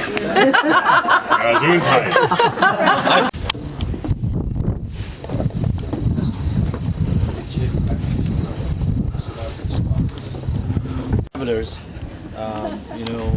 it was called a Saba at that time by the Arabs. They identified Masada, but the major expedition. Don't look like the stones up here. That's how a lot of big stones they put on the walls.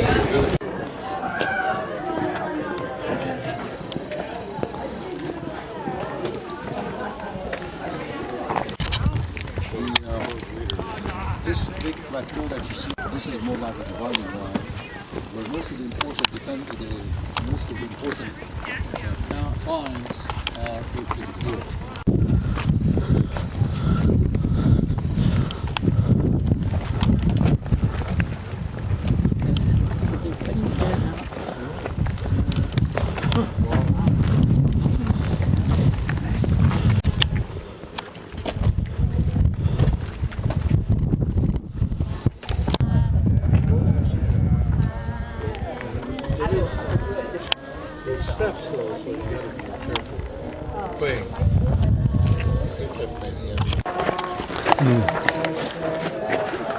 Artificial ramp the Romans constructed.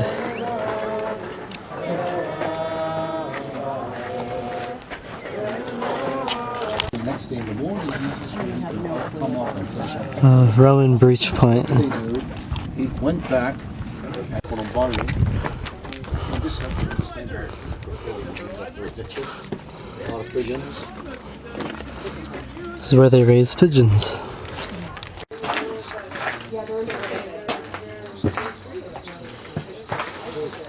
The synagogue. Remember, the speech of Al-Azhar took place in the synagogue itself, so that's an important part of the visit. Do you remember this prophecy of Yechezkel?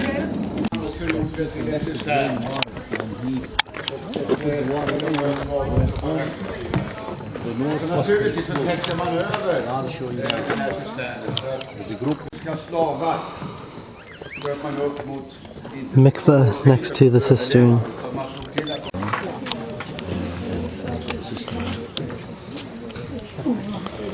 How would work?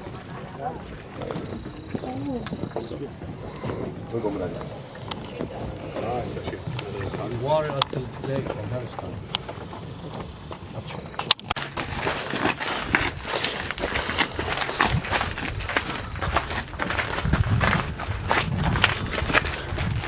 We are walking around the remains of Herod's palace on Masada.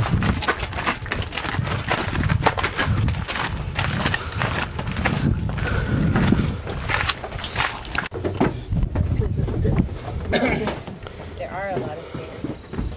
Get in our 10,000. Remains of paintings.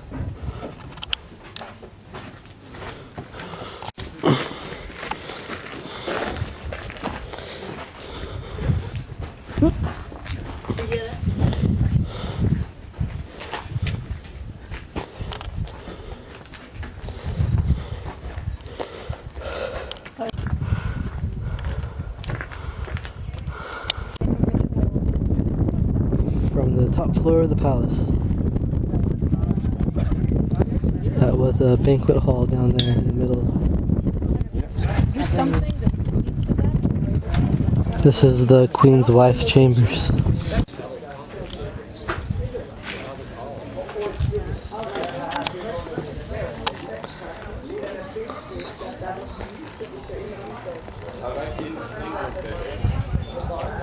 When you see some frescoes, that is where the inspection of stuff took place. In other words, let's wait until everyone goes in. Here's what happened here. You will have somebody who's in charge, take care of all things, you know. And they consider this the floor where the inspection of stuff took place. Next we went to Qumran.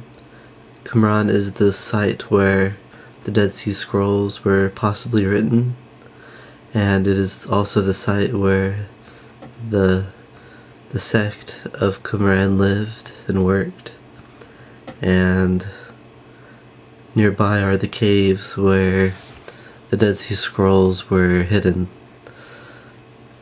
And the people at Qumran, it was a religious breakaway because they said that the temple priests and the Sanhedrin there was so corrupt that they had to go off into the desert to prepare for the Messiah. And they also weren't supposed to get married, but if they were married, they lived separately from their wives. And so it's one of those type of sects. And it only had 200 members at a time. And more than that, the sect kind of died off. Obviously, if you don't get new members and you don't have children, then of course your sect is going to die off. So here are the images from Qumran. Now we are at Qumran.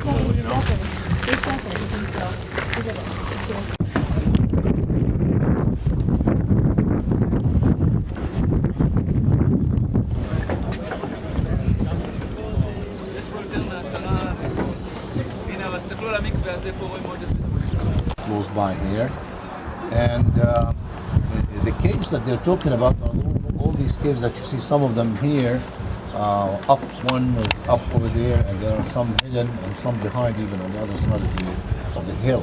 So you don't see all of these caves, but they searched the whole caves here. There were a few in the middle where the white choke is, because there's a cave over there as well. They give you a discount form. Cistern. You can here, if you buy things, you can use. You have a Mikveh. 5% discount plus if you buy over.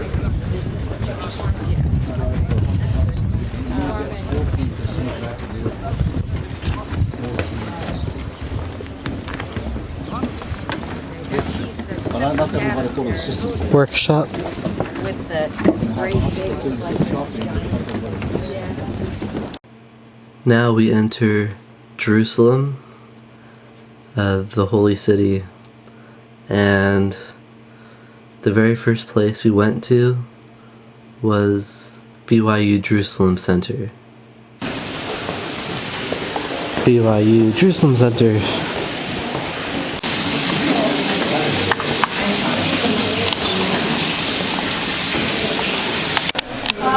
Museum here is a Byzantine period mosaic. It was found here in Jerusalem, outside Jock Gate near the Manila Mall. Basically glazed. All of the ones that we have in here are natural stone.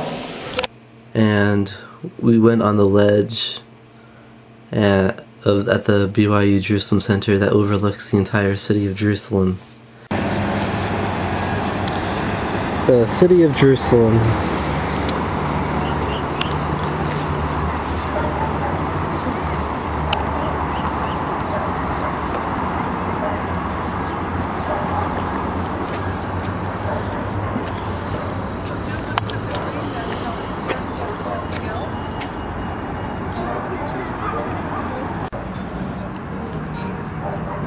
Beginning of the Mount of Olives.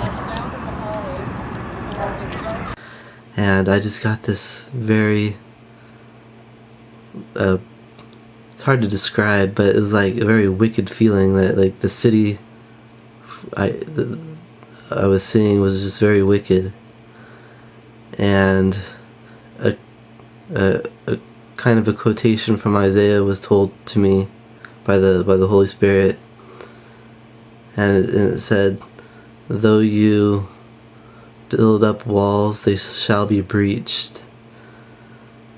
Though you make a covenant with death and hell, it shall not stand." And I also felt a very sorrowful presence when I first looked over the city from the BYU Jerusalem Center.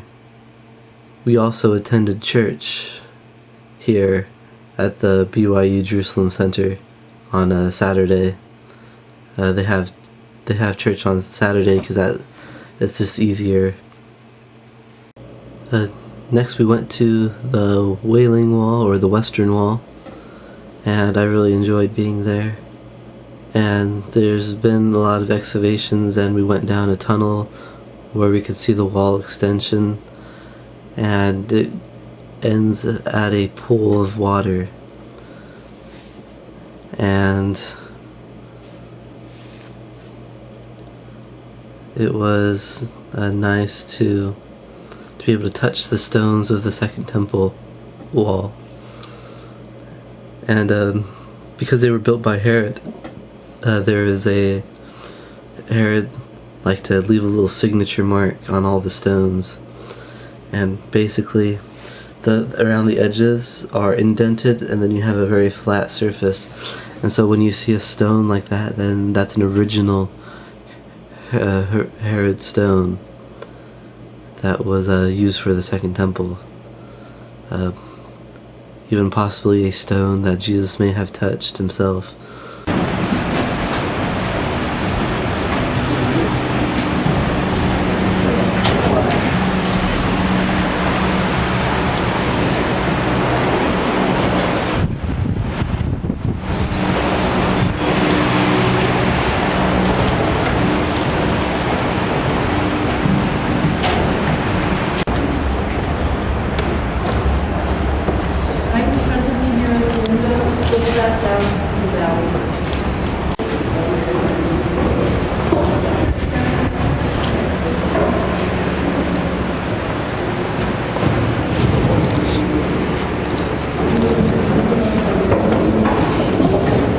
This section was built around 700 AD by the Mamelukes.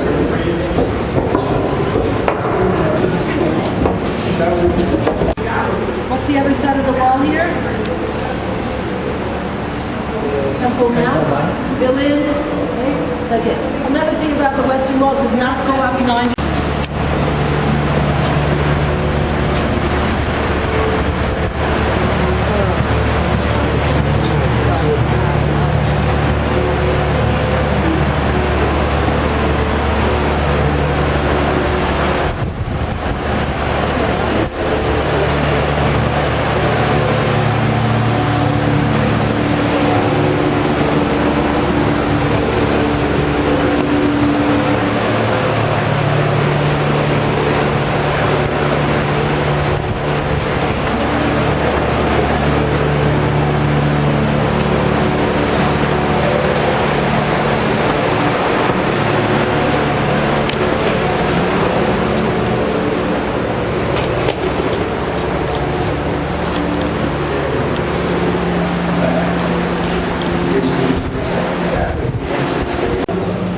found more columns further down south.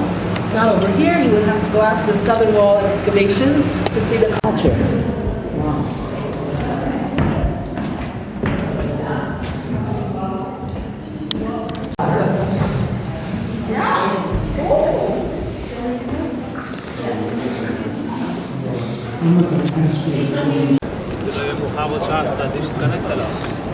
The Western Wall.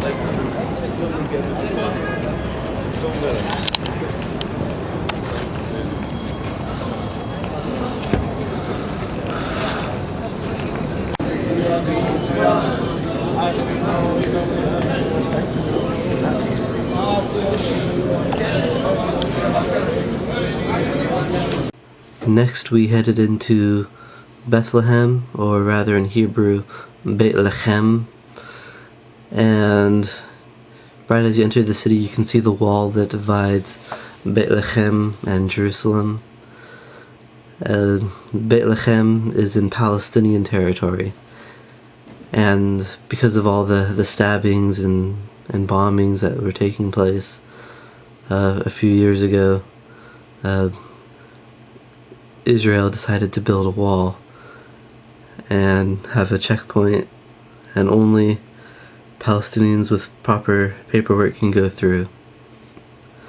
Our tour guide was actually a Palestinian Christian, and he had the paperwork so he could go back and forth through the checkpoints with no problem. In Beit Lechem is the Church of the Nativity, and this is the traditional location where Jesus Christ was born, and they mark the spot with a kind of a fancy star, solar compass type of thing, and you can kneel down and touch the spot, which I did. Spiritually, I got the feeling that this was the correct place, but that it was so gilded with all the gold and fancy things that all that gilding is offensive to the spirit. And so though I felt it was a place, I felt a little annoyance from the Holy Ghost with all the gilding that was going on. So the Palestinian people here who cannot leave, do not have the right paperwork to go into Bethlehem, into Jerusalem from Bethlehem, like Sam does. Church of the Nativity.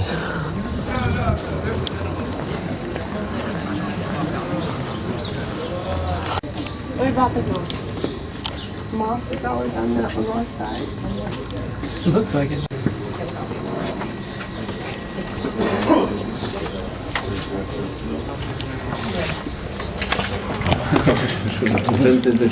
موضوع الدستور قاعد في تسويق المديات ايضا انت بتاخد بالك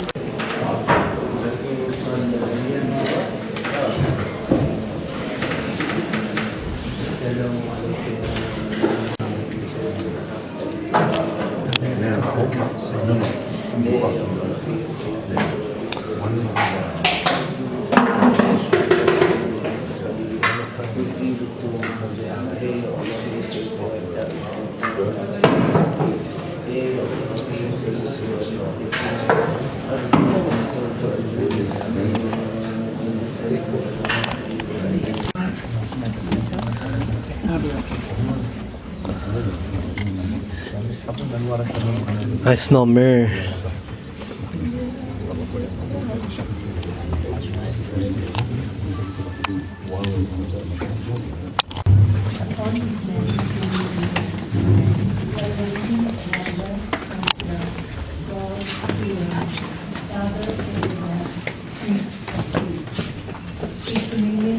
Sorry.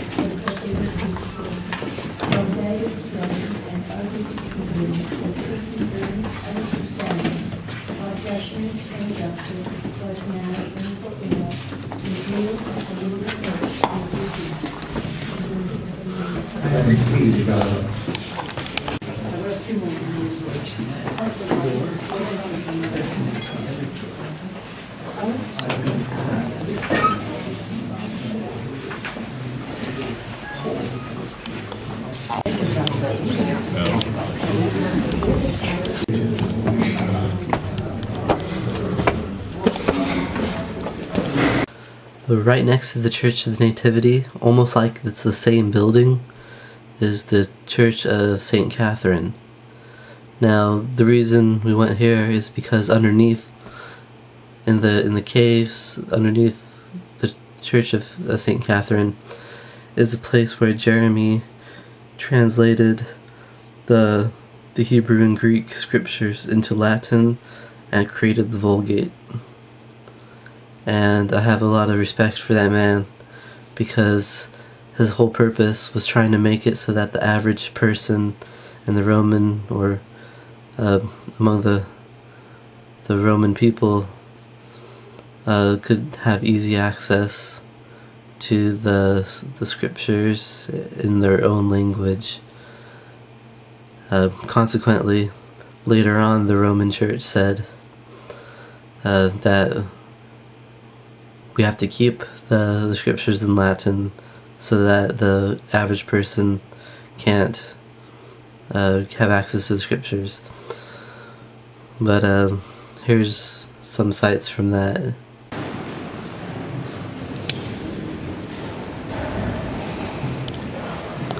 St. Catherine Church.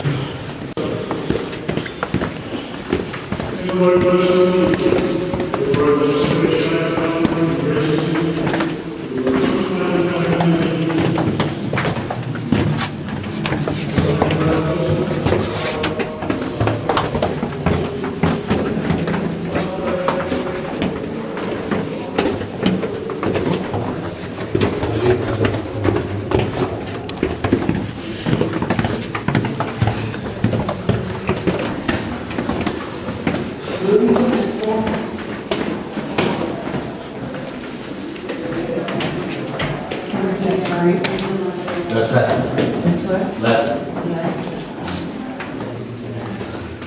I'm going to explain what you see Compilation comes in. Or to show us what a cave kind of looks like. If you look at this wall, this is the wall which you've seen when we stood in the back after having looked. Is that guy who translated?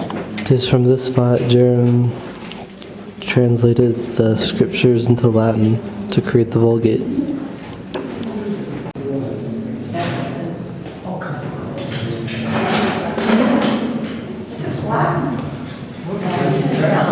Tomb of Jeremy.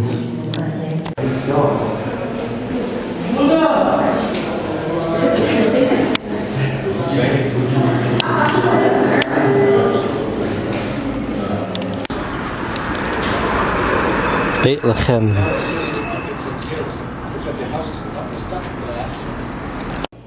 Next we went to the Shepherd's Fields, and this is the location, the traditional location, where the shepherds were staying with the flocks when the angel appeared to them. There's caves down there, and those caves were actually used as stables, and so a lot of times at night the sheep and the shepherds would be in the caves. And there's quite a lot of them.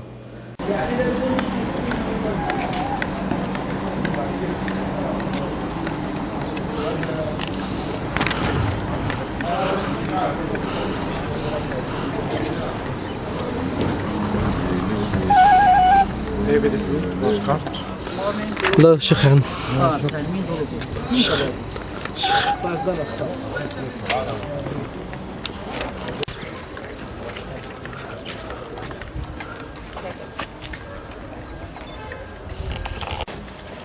Is the traditional site of the shepherd's field.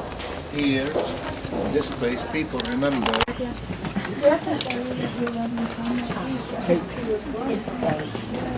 Did you hear him?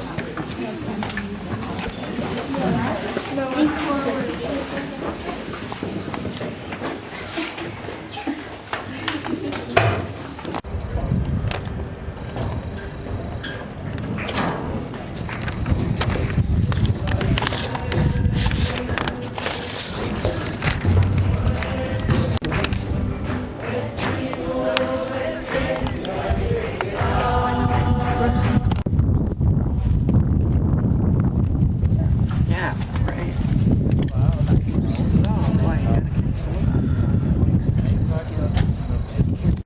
Jill? Debbie, tell Jill, will you? Yeah,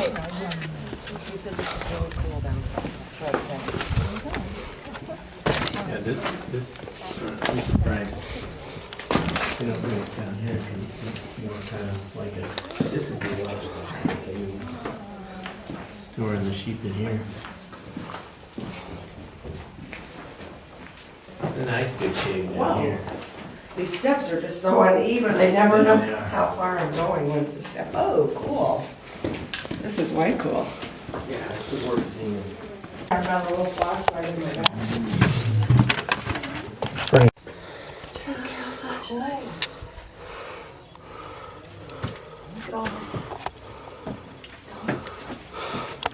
Now, this next collection of shots is the traditional location where Peter denied Christ 3 times and where Jesus was kept while awaiting trial.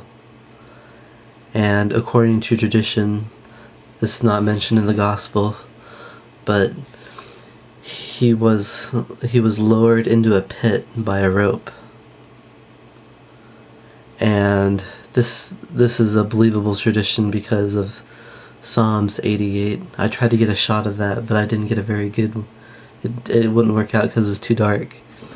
But I did manage to get the Psalms number so I could remember it. And this is what it says in the beginning of Psalms 88. O Lord God of my salvation, I have cried day and night before thee. Let my prayer come before thee. Incline thine ear unto my cry. For my soul is full of troubles, and my life draweth nigh unto the grave. I am counted with them that go down into the pit. I am as a man that hath no strength, free among the dead, like the slain that lie in the grave, whom thou rememberest no more, and they are cut off from thy hand. Thou hast laid me in the lowest pit, in darkness and the deeps. Thy wrath lieth hard upon me, and thou hast afflicted me with all thy waves. Selah. And so, from that, it would appear that that Psalms could be talking about Jesus going down into the pit, and you'll see that shortly.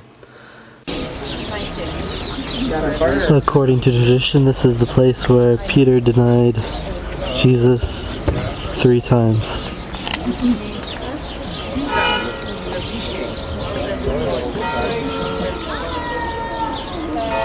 One on the left is known as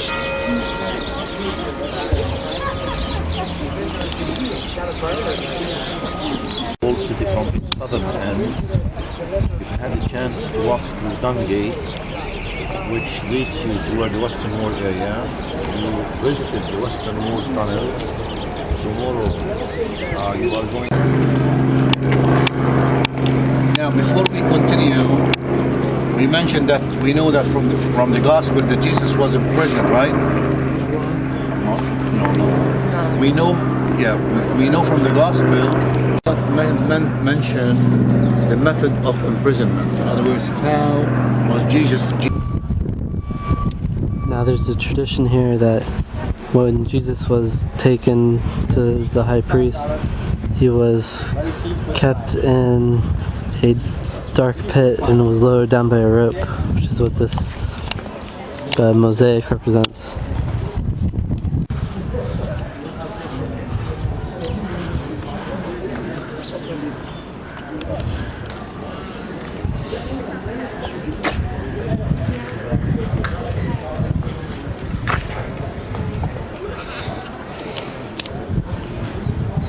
If this is a church, we'll go inside. Probably.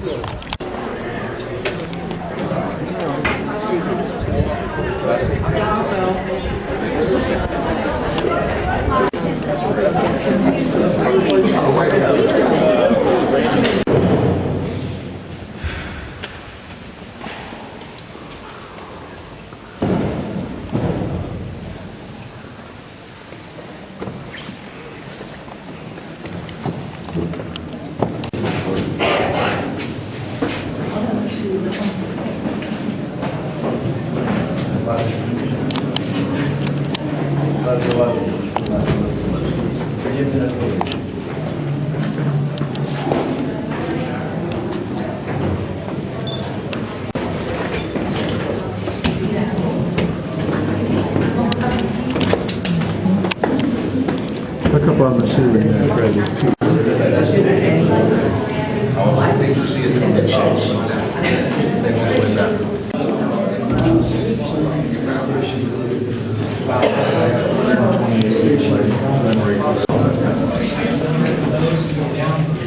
He's reading now Psalm 88. Psalm 88.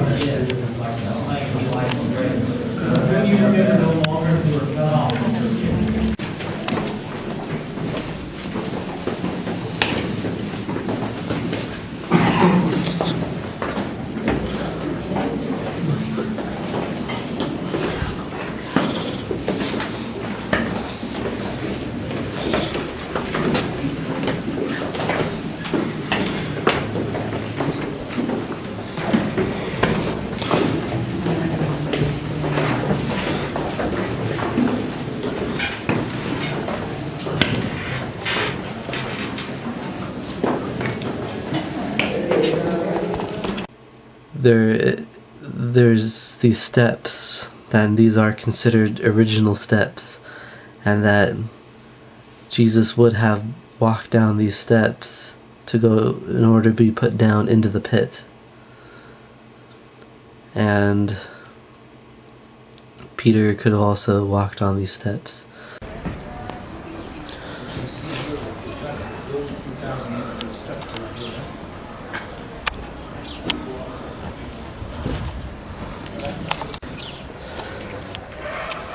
These may be the original steps that were here when Jesus was here.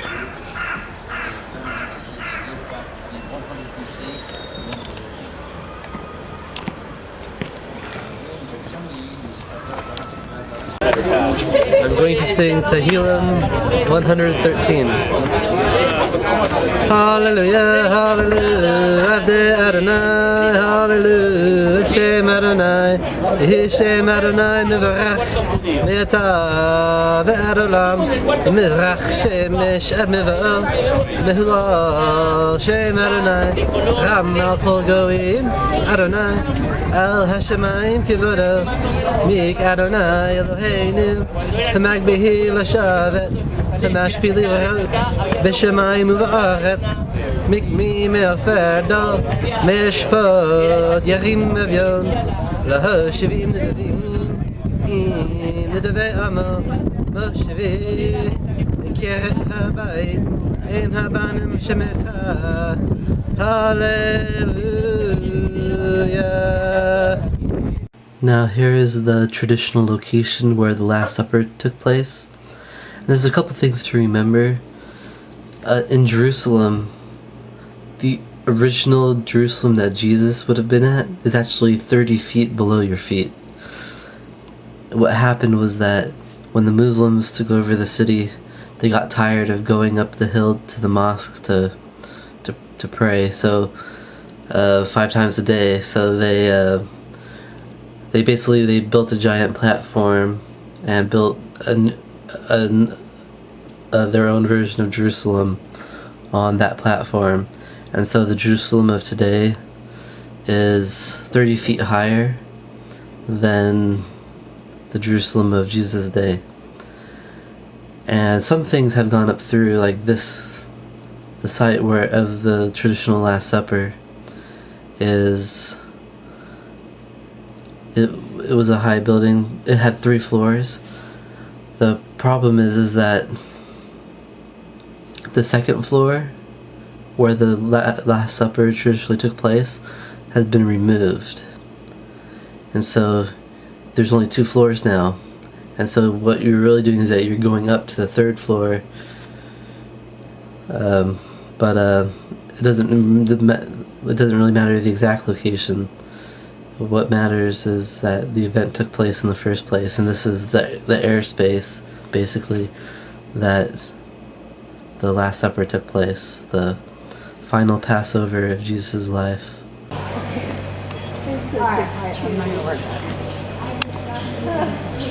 Oh, sorry about that. I was going to say, everybody doesn't want you. Oh, yes, we all do.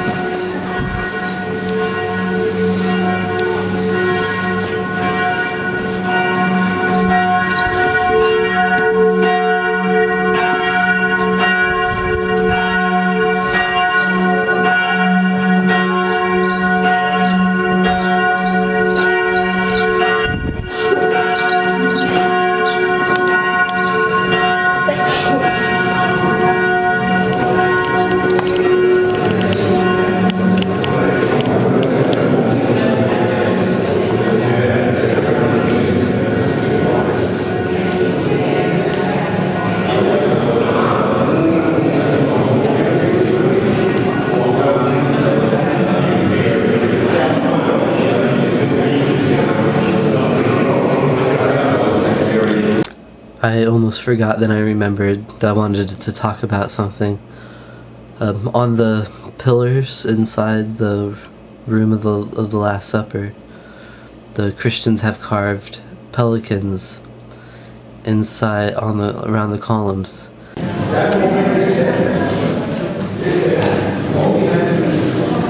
The reason for that is that pelicans, when they're young, do not have enough food. Mother pelicans will pierce their breast and let blood come out, so the baby pelicans could drink the blood and live, even though it could cause her to die. And that's just a perfect symbolism for Jesus Christ, who gives us his blood so that we can live, even though it cost him his life. And I didn't know that before, and I was happy to learn that, because it's just wonderful to learn all the things that God created to testify about himself. Next we went to the Israeli History Museum, and it was a very nice place. They have this giant model of Jerusalem, which I took a lot of shots of. I wasn't really allowed to take videos inside. I didn't want to have anything confiscated from my video, so I didn't take any shots of inside the museum. But what I did want to talk about is that the museum people put what the prophets were trying to do in a nutshell in early Israel. And basically, the prophets were fighting against the Gentile culture that the Israelites were imitating. And when I felt a strong connection to the prophets from that, because that's kind of what I'm trying to do. I'm trying to show people that the Gentile culture that we have all adopted, living among the Gentiles, is corrupt, and I'm trying to fight against that too. And so here's the shot of the Jerusalem model. He decided to build a small-scale model. This is the model that he decided to do. And he put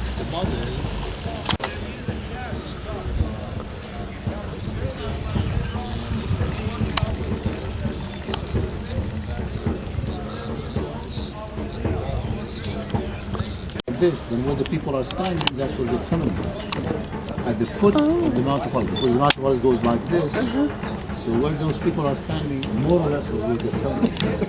Ciekawa rzecz, że byłoby to każdy widzi do ojca.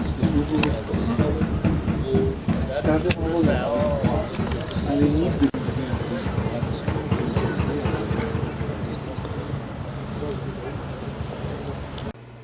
Now, here are the images of me ascending the Temple Mount, also known as Al-Aqsa or Haram al-Sharif. That's the Arabic names for the Islamic place that is now sitting upon the Temple Mount.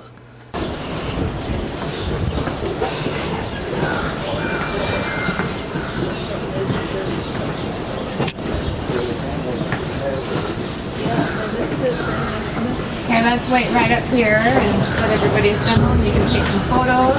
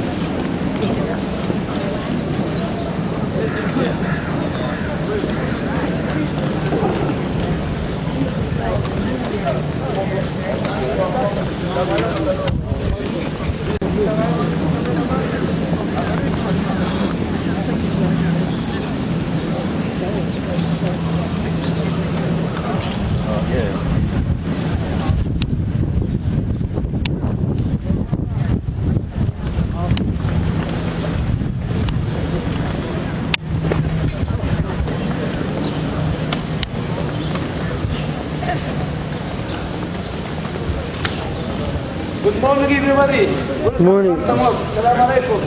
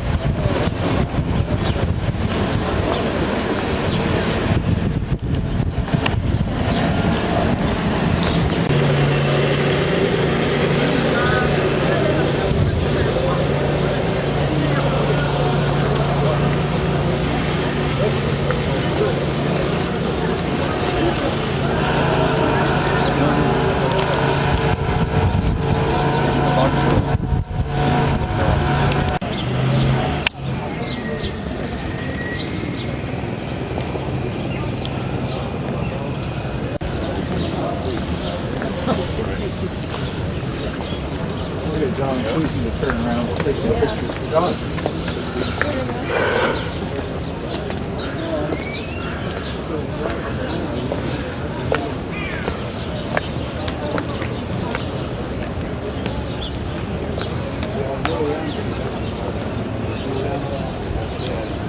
But there's only one by here. You need to walk up the street.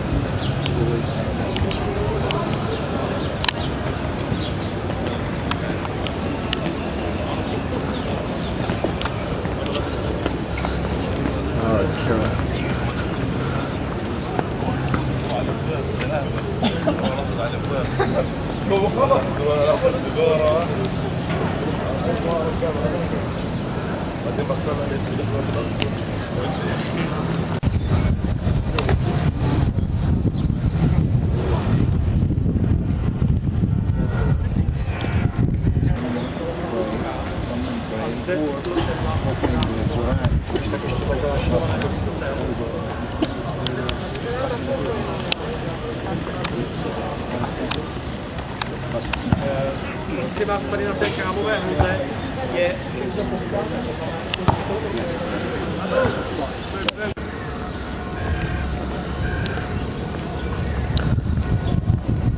This is called the Dome of the Chain.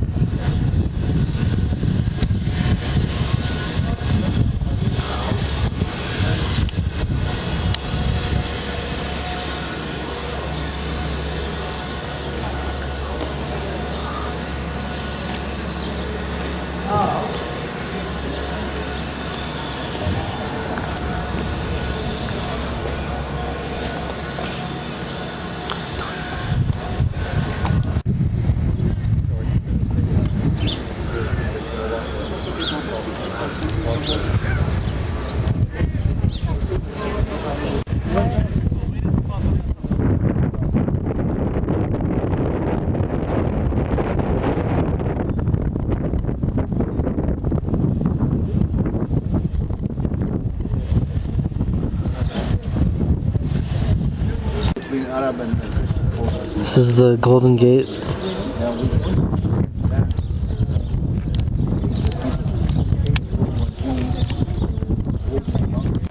Now, the Golden Gate is, according to tradition, the gate that the Messiah is supposed to come in through.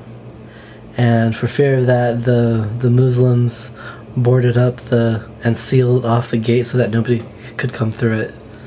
Now, next you're going to see the Pool of Bethsaida, which is the place where a man was healed in John chapter 5.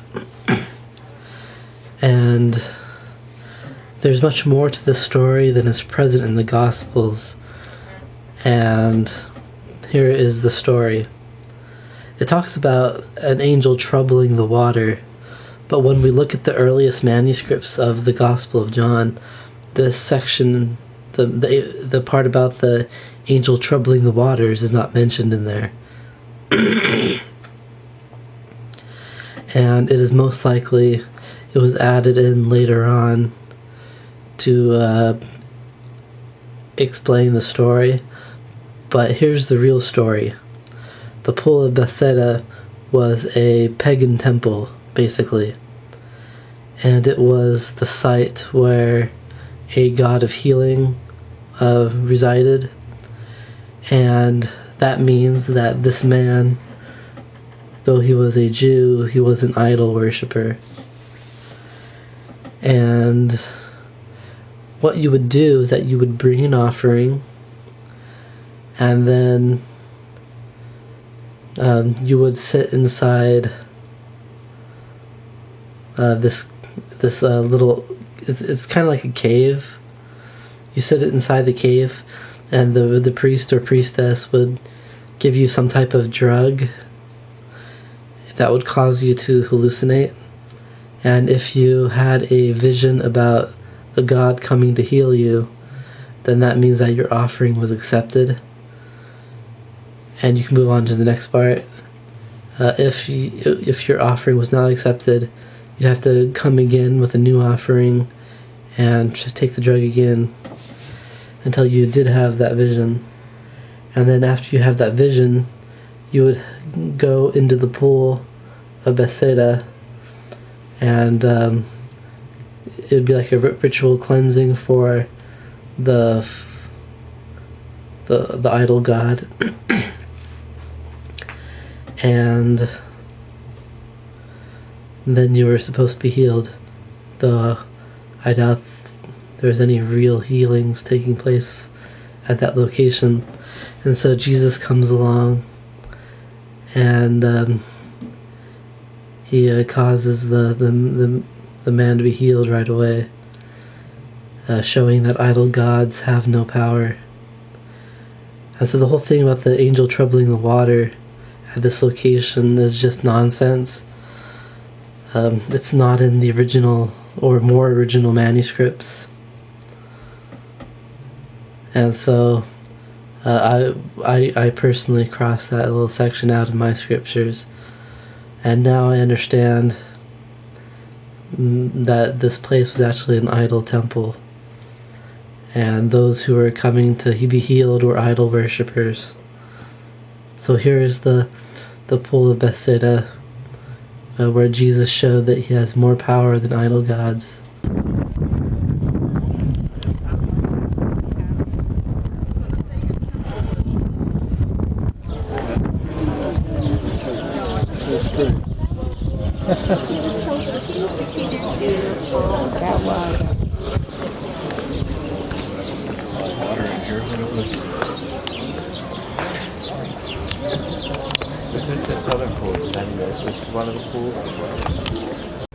Next we went to the Antonio Fortress, and we walked on, I think it's called Via della Rosa.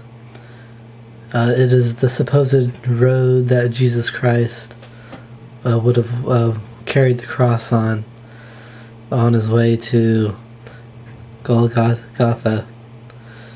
And of course we went to the Church of the Holy Sepulchre, which is the Orthodox tradition where Jesus Christ was buried and there's a stone kind of near it where the Jesus Christ is supposed to have been crucified.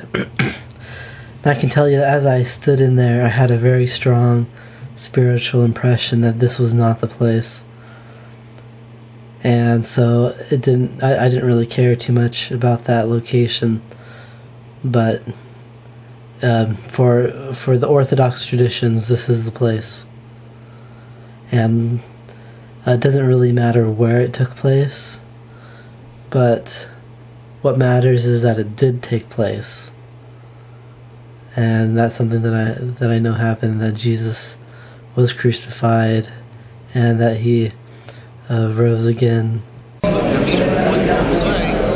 Antonio Fortress. This must have been the starting point of the way the process has been. Today,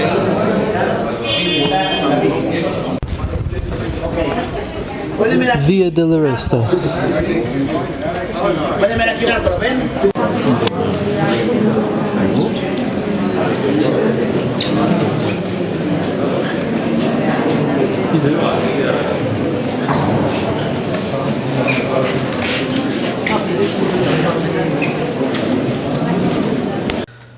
Here's some images of King Hezekiah's wall and also King Hezekiah's tunnel.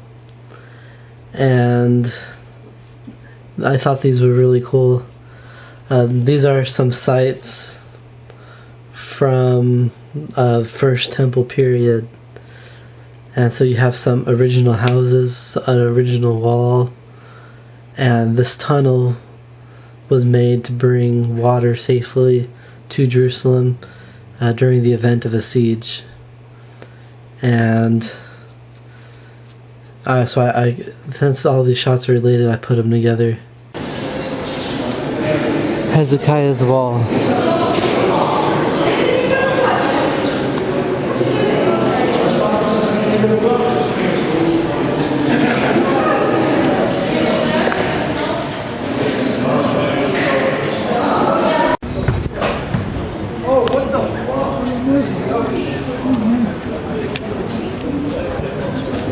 Now, in between places, we kind of walked by the Third Temple golden menorah, and this is a menorah that was built specifically for use in the Third Temple. It is right across from the Temple Institute. I wish we could have had time to visit the Temple Institute. I would have really liked to see that. But what was really amazing is that right after I took shots of the golden menorah, I was walking down the street, and there was a group of Jews and wearing their Orthodox clothing, and they were kind of searching the crowds, looking for, and like one kind of stopped, and like he stared right at me, and he came up right up to me. And he said, "Welcome, brother." And he shook my hand. "What's your name?" I said, Ben Thompson. He said, "Where are you from?" "Fremont, California." I was like, "Oh, that's a wonderful place." Then he kind of put his hand on my shoulder. He's like, "Are you married, brother?" And I said, "No, not yet." And then he put his hands on my head, and he started rocking me back and forth, and he said this Hebrew blessing. It happened so quickly I couldn't understand a word that he was saying. And then he said something to like, "Welcome, brother, you're my brother," and he hugged me really tight. And I kind of walked away. I was like the Holy Ghost fell upon me, and I had no idea what was going on. And the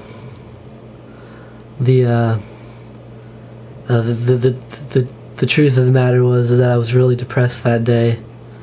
I had been for the past few days, and like as soon as the man did that, like the Holy Ghost fell upon me really hard, and all that depression I was having got ripped right out of me, and I felt different for the entire trip. And as I was walking away, I was like, well, maybe he was a rabbi, but then the Holy Ghost gave me a distinct impression that that man was a Levite, and that he was blessing me as a son of Israel. And so the number one thing is that he looked Orthodox, which means that he's not really allowed to touch Gentiles. So he really truly believed that I was an Israelite, which I am, though I'm not Jewish. I'm still an Israelite. And he felt that it was necessary to give me a blessing. And I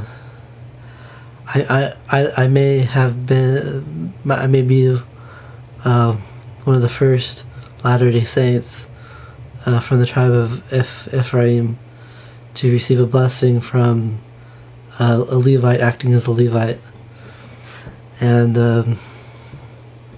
I know there's one family of Levites in the church, but the church does not allow them to perform the duty and responsibilities of the Levites. And so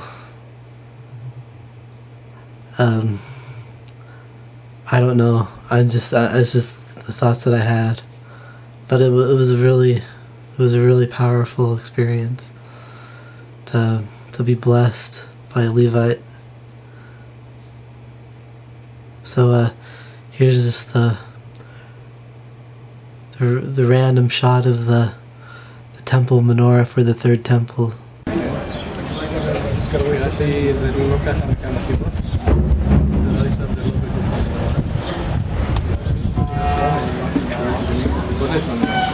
Here on the beginning of the slope, and among few things she discovered this head of a column. Of course that's a copy, but exactly a thing like that was discovered here on the beginning of the slope. And what is it? Look at it for a second. You will see two horns. You see two horns. If you think about it for a second, you understand that without David, this city would have been forgotten like many other cities all around. I mean, the fact he chose it to be his capital changed the whole history of it from there on. To the toilet. 8th century BE toilet. No, I use this. Here we are descending into Hezekiah's tunnel.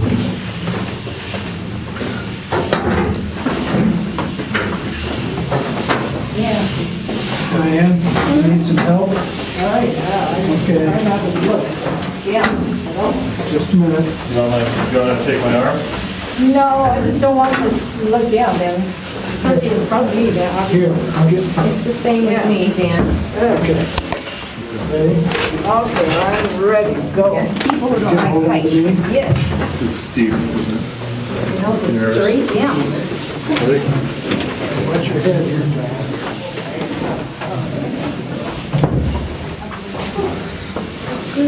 Duck here. And then uneven. It's very uneven right here. Still is. Right here. Everywhere.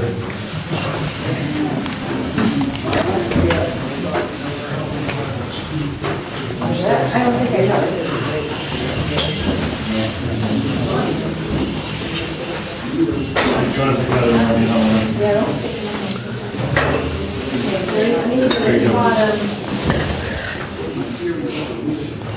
I feel like I'm descending into the depths of hell. That's because you are. Yeah, they told you to bring your water shoes, but they should have said bring something else.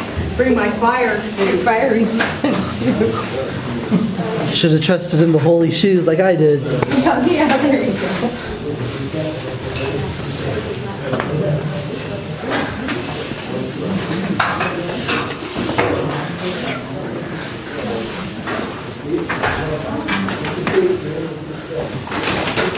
Dan, you okay?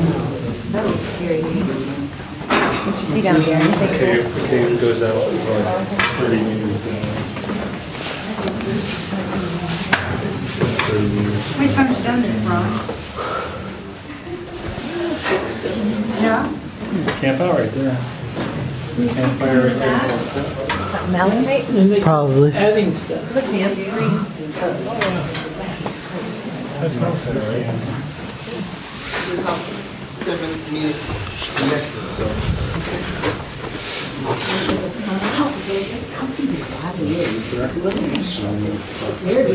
Somewhere here, about your knees. It's almost my Yeah. waist. Yes, almost. It's pretty cold, right?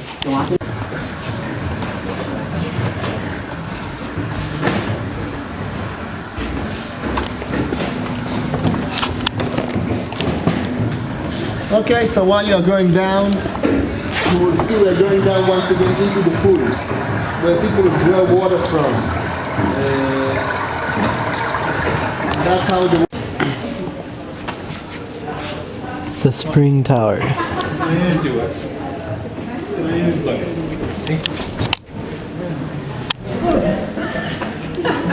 Feeling gets low, no one wants to pick.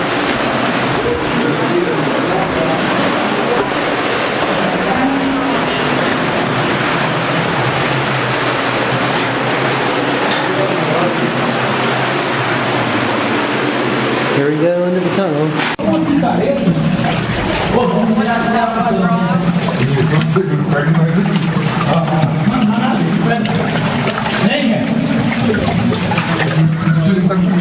Ô Juninho, esse é o caminho que tu vai trazer, Marquinhos. É pra ele se perder. Vamos tirar uma selfie, vamos rápido. Olha assim.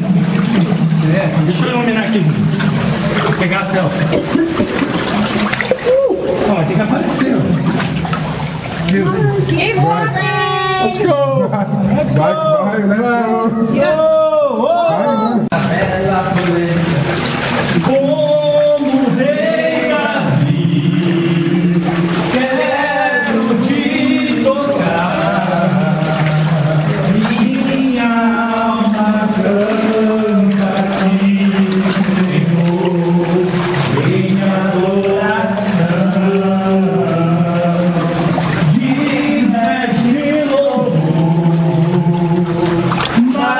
Majestade santa, meu prazer é te dizer, te amo, ó Senhor. Agora só o Lucas.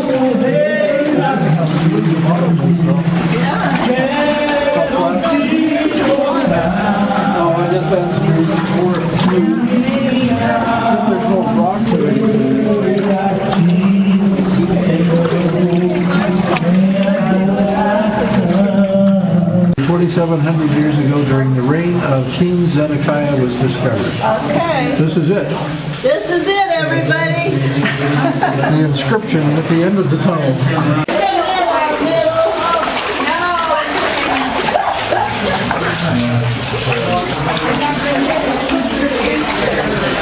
Hey, Juninho! All right, we're coming out. E aí, meu Deus? Aqui é um tempo de silhuete, gente, ó. Aqui é onde Jesus mandou o cego lavar os olhos, é com os filhos, ó. Bate foto aí, ó. Now, the next place we went to is original Second Temple steps, which means that it is very likely that Jesus would have walked on these steps in order to get into the temple. Must change money. So if you remember when he asked him how much for the half shekel temple tax, he said 300 per top. Why the price was 130. So you get the Original temple steps. and that's why the road has to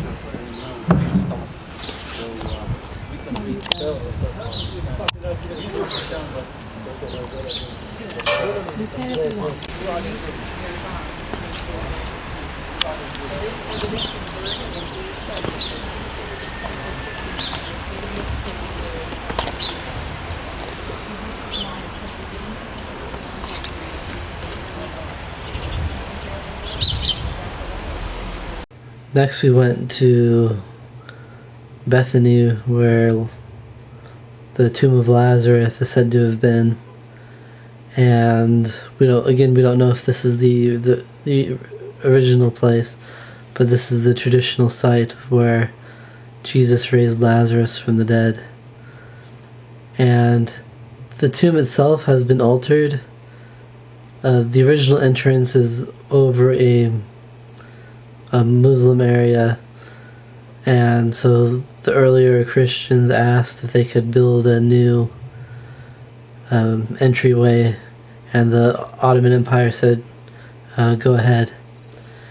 And so the entranceway that we go through is newer, and there's been some alterations to the tomb, but this is considered the original site. About a lot of events which we read some already about Bethany, and we know that it was a village located on the eastern slope of the Mount of Olives. In other words, if you look in that direction, you can see the wall. You find that there are shelves, there are cavities which the people used to make and make like a shelf. That's where you put the person who died wrapped in linen cloth.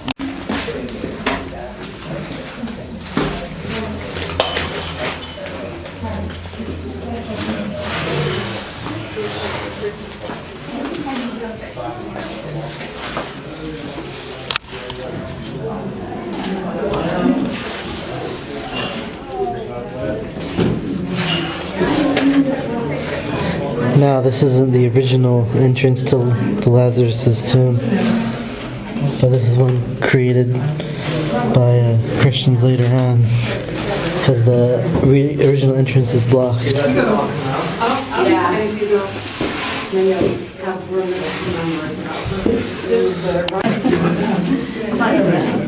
you go. It just doesn't get to be buried in the Mount of Olives. That's sad. This area. Turn around. We're coming down. I better move out of the way. Are you sure? I'm not quite going down on my butt. Oh, I'm good. I'll get you back Huh? He's throwing the rock that way. Okay, friends. Oh, Dan, come here. 1, Dan. 2. Oh, See that stone? Now, this is the site known as the Garden Tomb, and it is the non-Orthodox traditional site where Jesus Christ was crucified and buried, and it fits all the descriptive places given in the scriptures. And on top of that, the very first shot you're going to see is of the hill known as Golgotha, and it looks just like a skull. And as I stared on it, the Holy Ghost told me that this was the right location of where Jesus Christ was crucified and buried. And the Holy Ghost told me that this place was kept hidden because it wasn't discovered till the late 1800s, around 1890. And the reason why it was kept hidden was so that it wouldn't be gilded like all the other Orthodox sites, so that it can continue to remain peaceful. And it is really peaceful there, and there's a very pleasant spirit there. And it is interesting to me to note that out of all the places the Lord chose to hide from the Orthodox gilding, it was this location where he was resurrected. And it talks about there being a garden nearby, and in the scriptures when it talks about a garden in Israel, it's a garden in the sense as an agricultural garden. And there was a vineyard nearby, and there's a wine press nearby. And the tomb, you'll see the tomb, it is been modified. The entrance was originally shorter. It was cut open larger during the Crusader period, and the tombs were extended, so it's a little bit larger than it originally was. And the stone is gone, but they took a stone from another place that would have been identical to it, and so you could see it for yourself there. And as I said before, I have the strongest spiritual impression out of all the places that this is the right place. And so now here's the garden tomb area.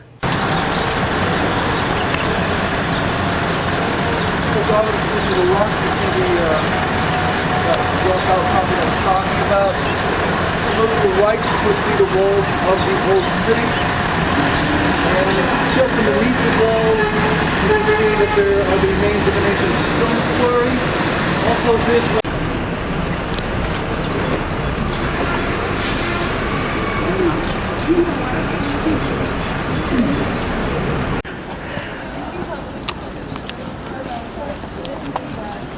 right now is properly used for gathering the grape juice and the beginning of the fermentation process.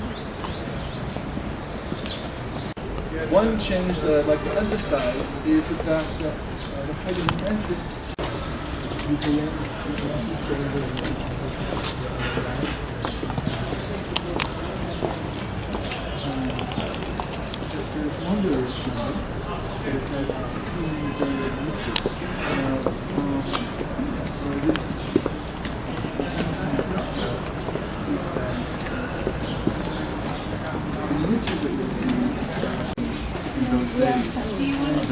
leave the body permanently.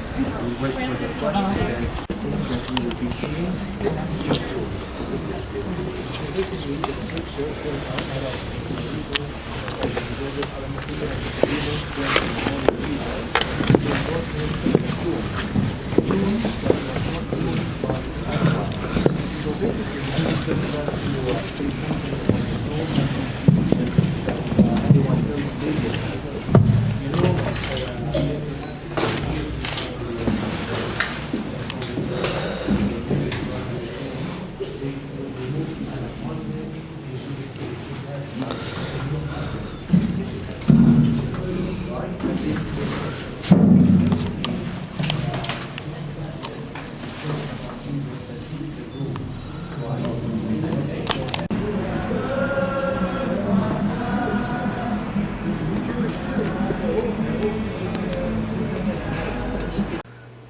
Here are shots from the traditional location of the Garden of Gethsemane.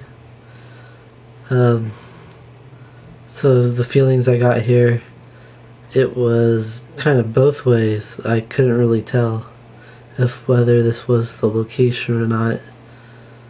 The place is very gilded, so the gilding is always offensive to the spirit, but we do know that this is the location of Gethsemane, so somewhere in this area Jesus Christ would have performed the atonement, taking on his sins for us. There is a traditional location of the rock that Jesus Christ knelt over, and the church is built around it, and you can walk up and touch it, which I did. And then you can see all these olive trees. One of the olive trees is 1,000 years old. And you have some other trees there that are a little younger than that. So there's no trees here from when Jesus was here. But nevertheless, this is the traditional site. And it was very interesting to see.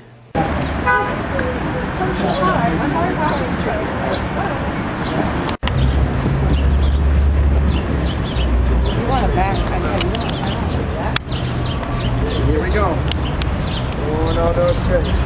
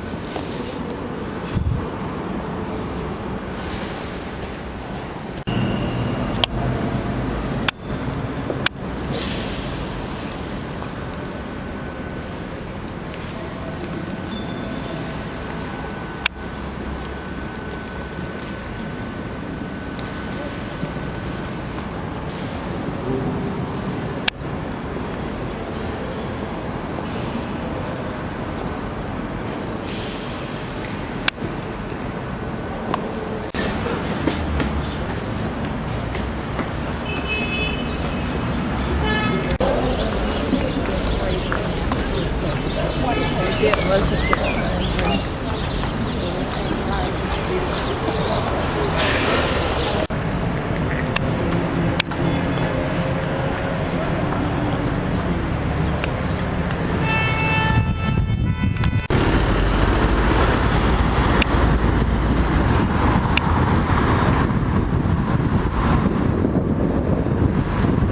So this is the final video of my trip to Israel. I hope that you have enjoyed seeing all the sites that I took footage of. I know it's not the same as actually being there, but if you can't go there, then it's better than nothing. This final video contains just a few random shots that I didn't want to put in a separate video, and they're pretty self-explanatory within them. So with this, here's my final shots from Jerusalem and Israel, and I hope the Lord blesses you as He has blessed me.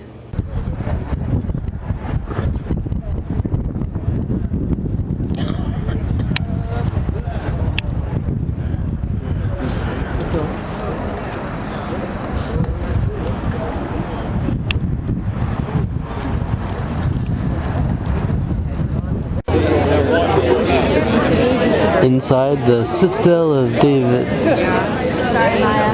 Trying to decide if this is the Antonia fortress,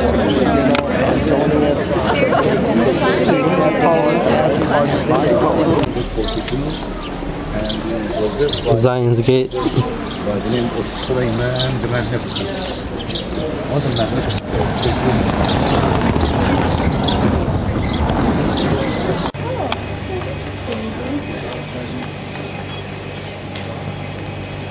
Myrtle is one of them. Which one? This one right here. It smells really good. This is Myrtle. Orson Hyde Memorial Park.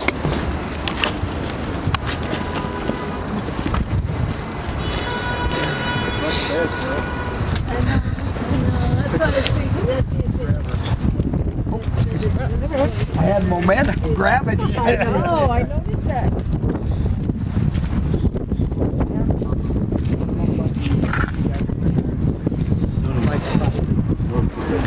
Now they have a big reading about it, about the history and so on. Okay. But no, it was donated by the Jerusalem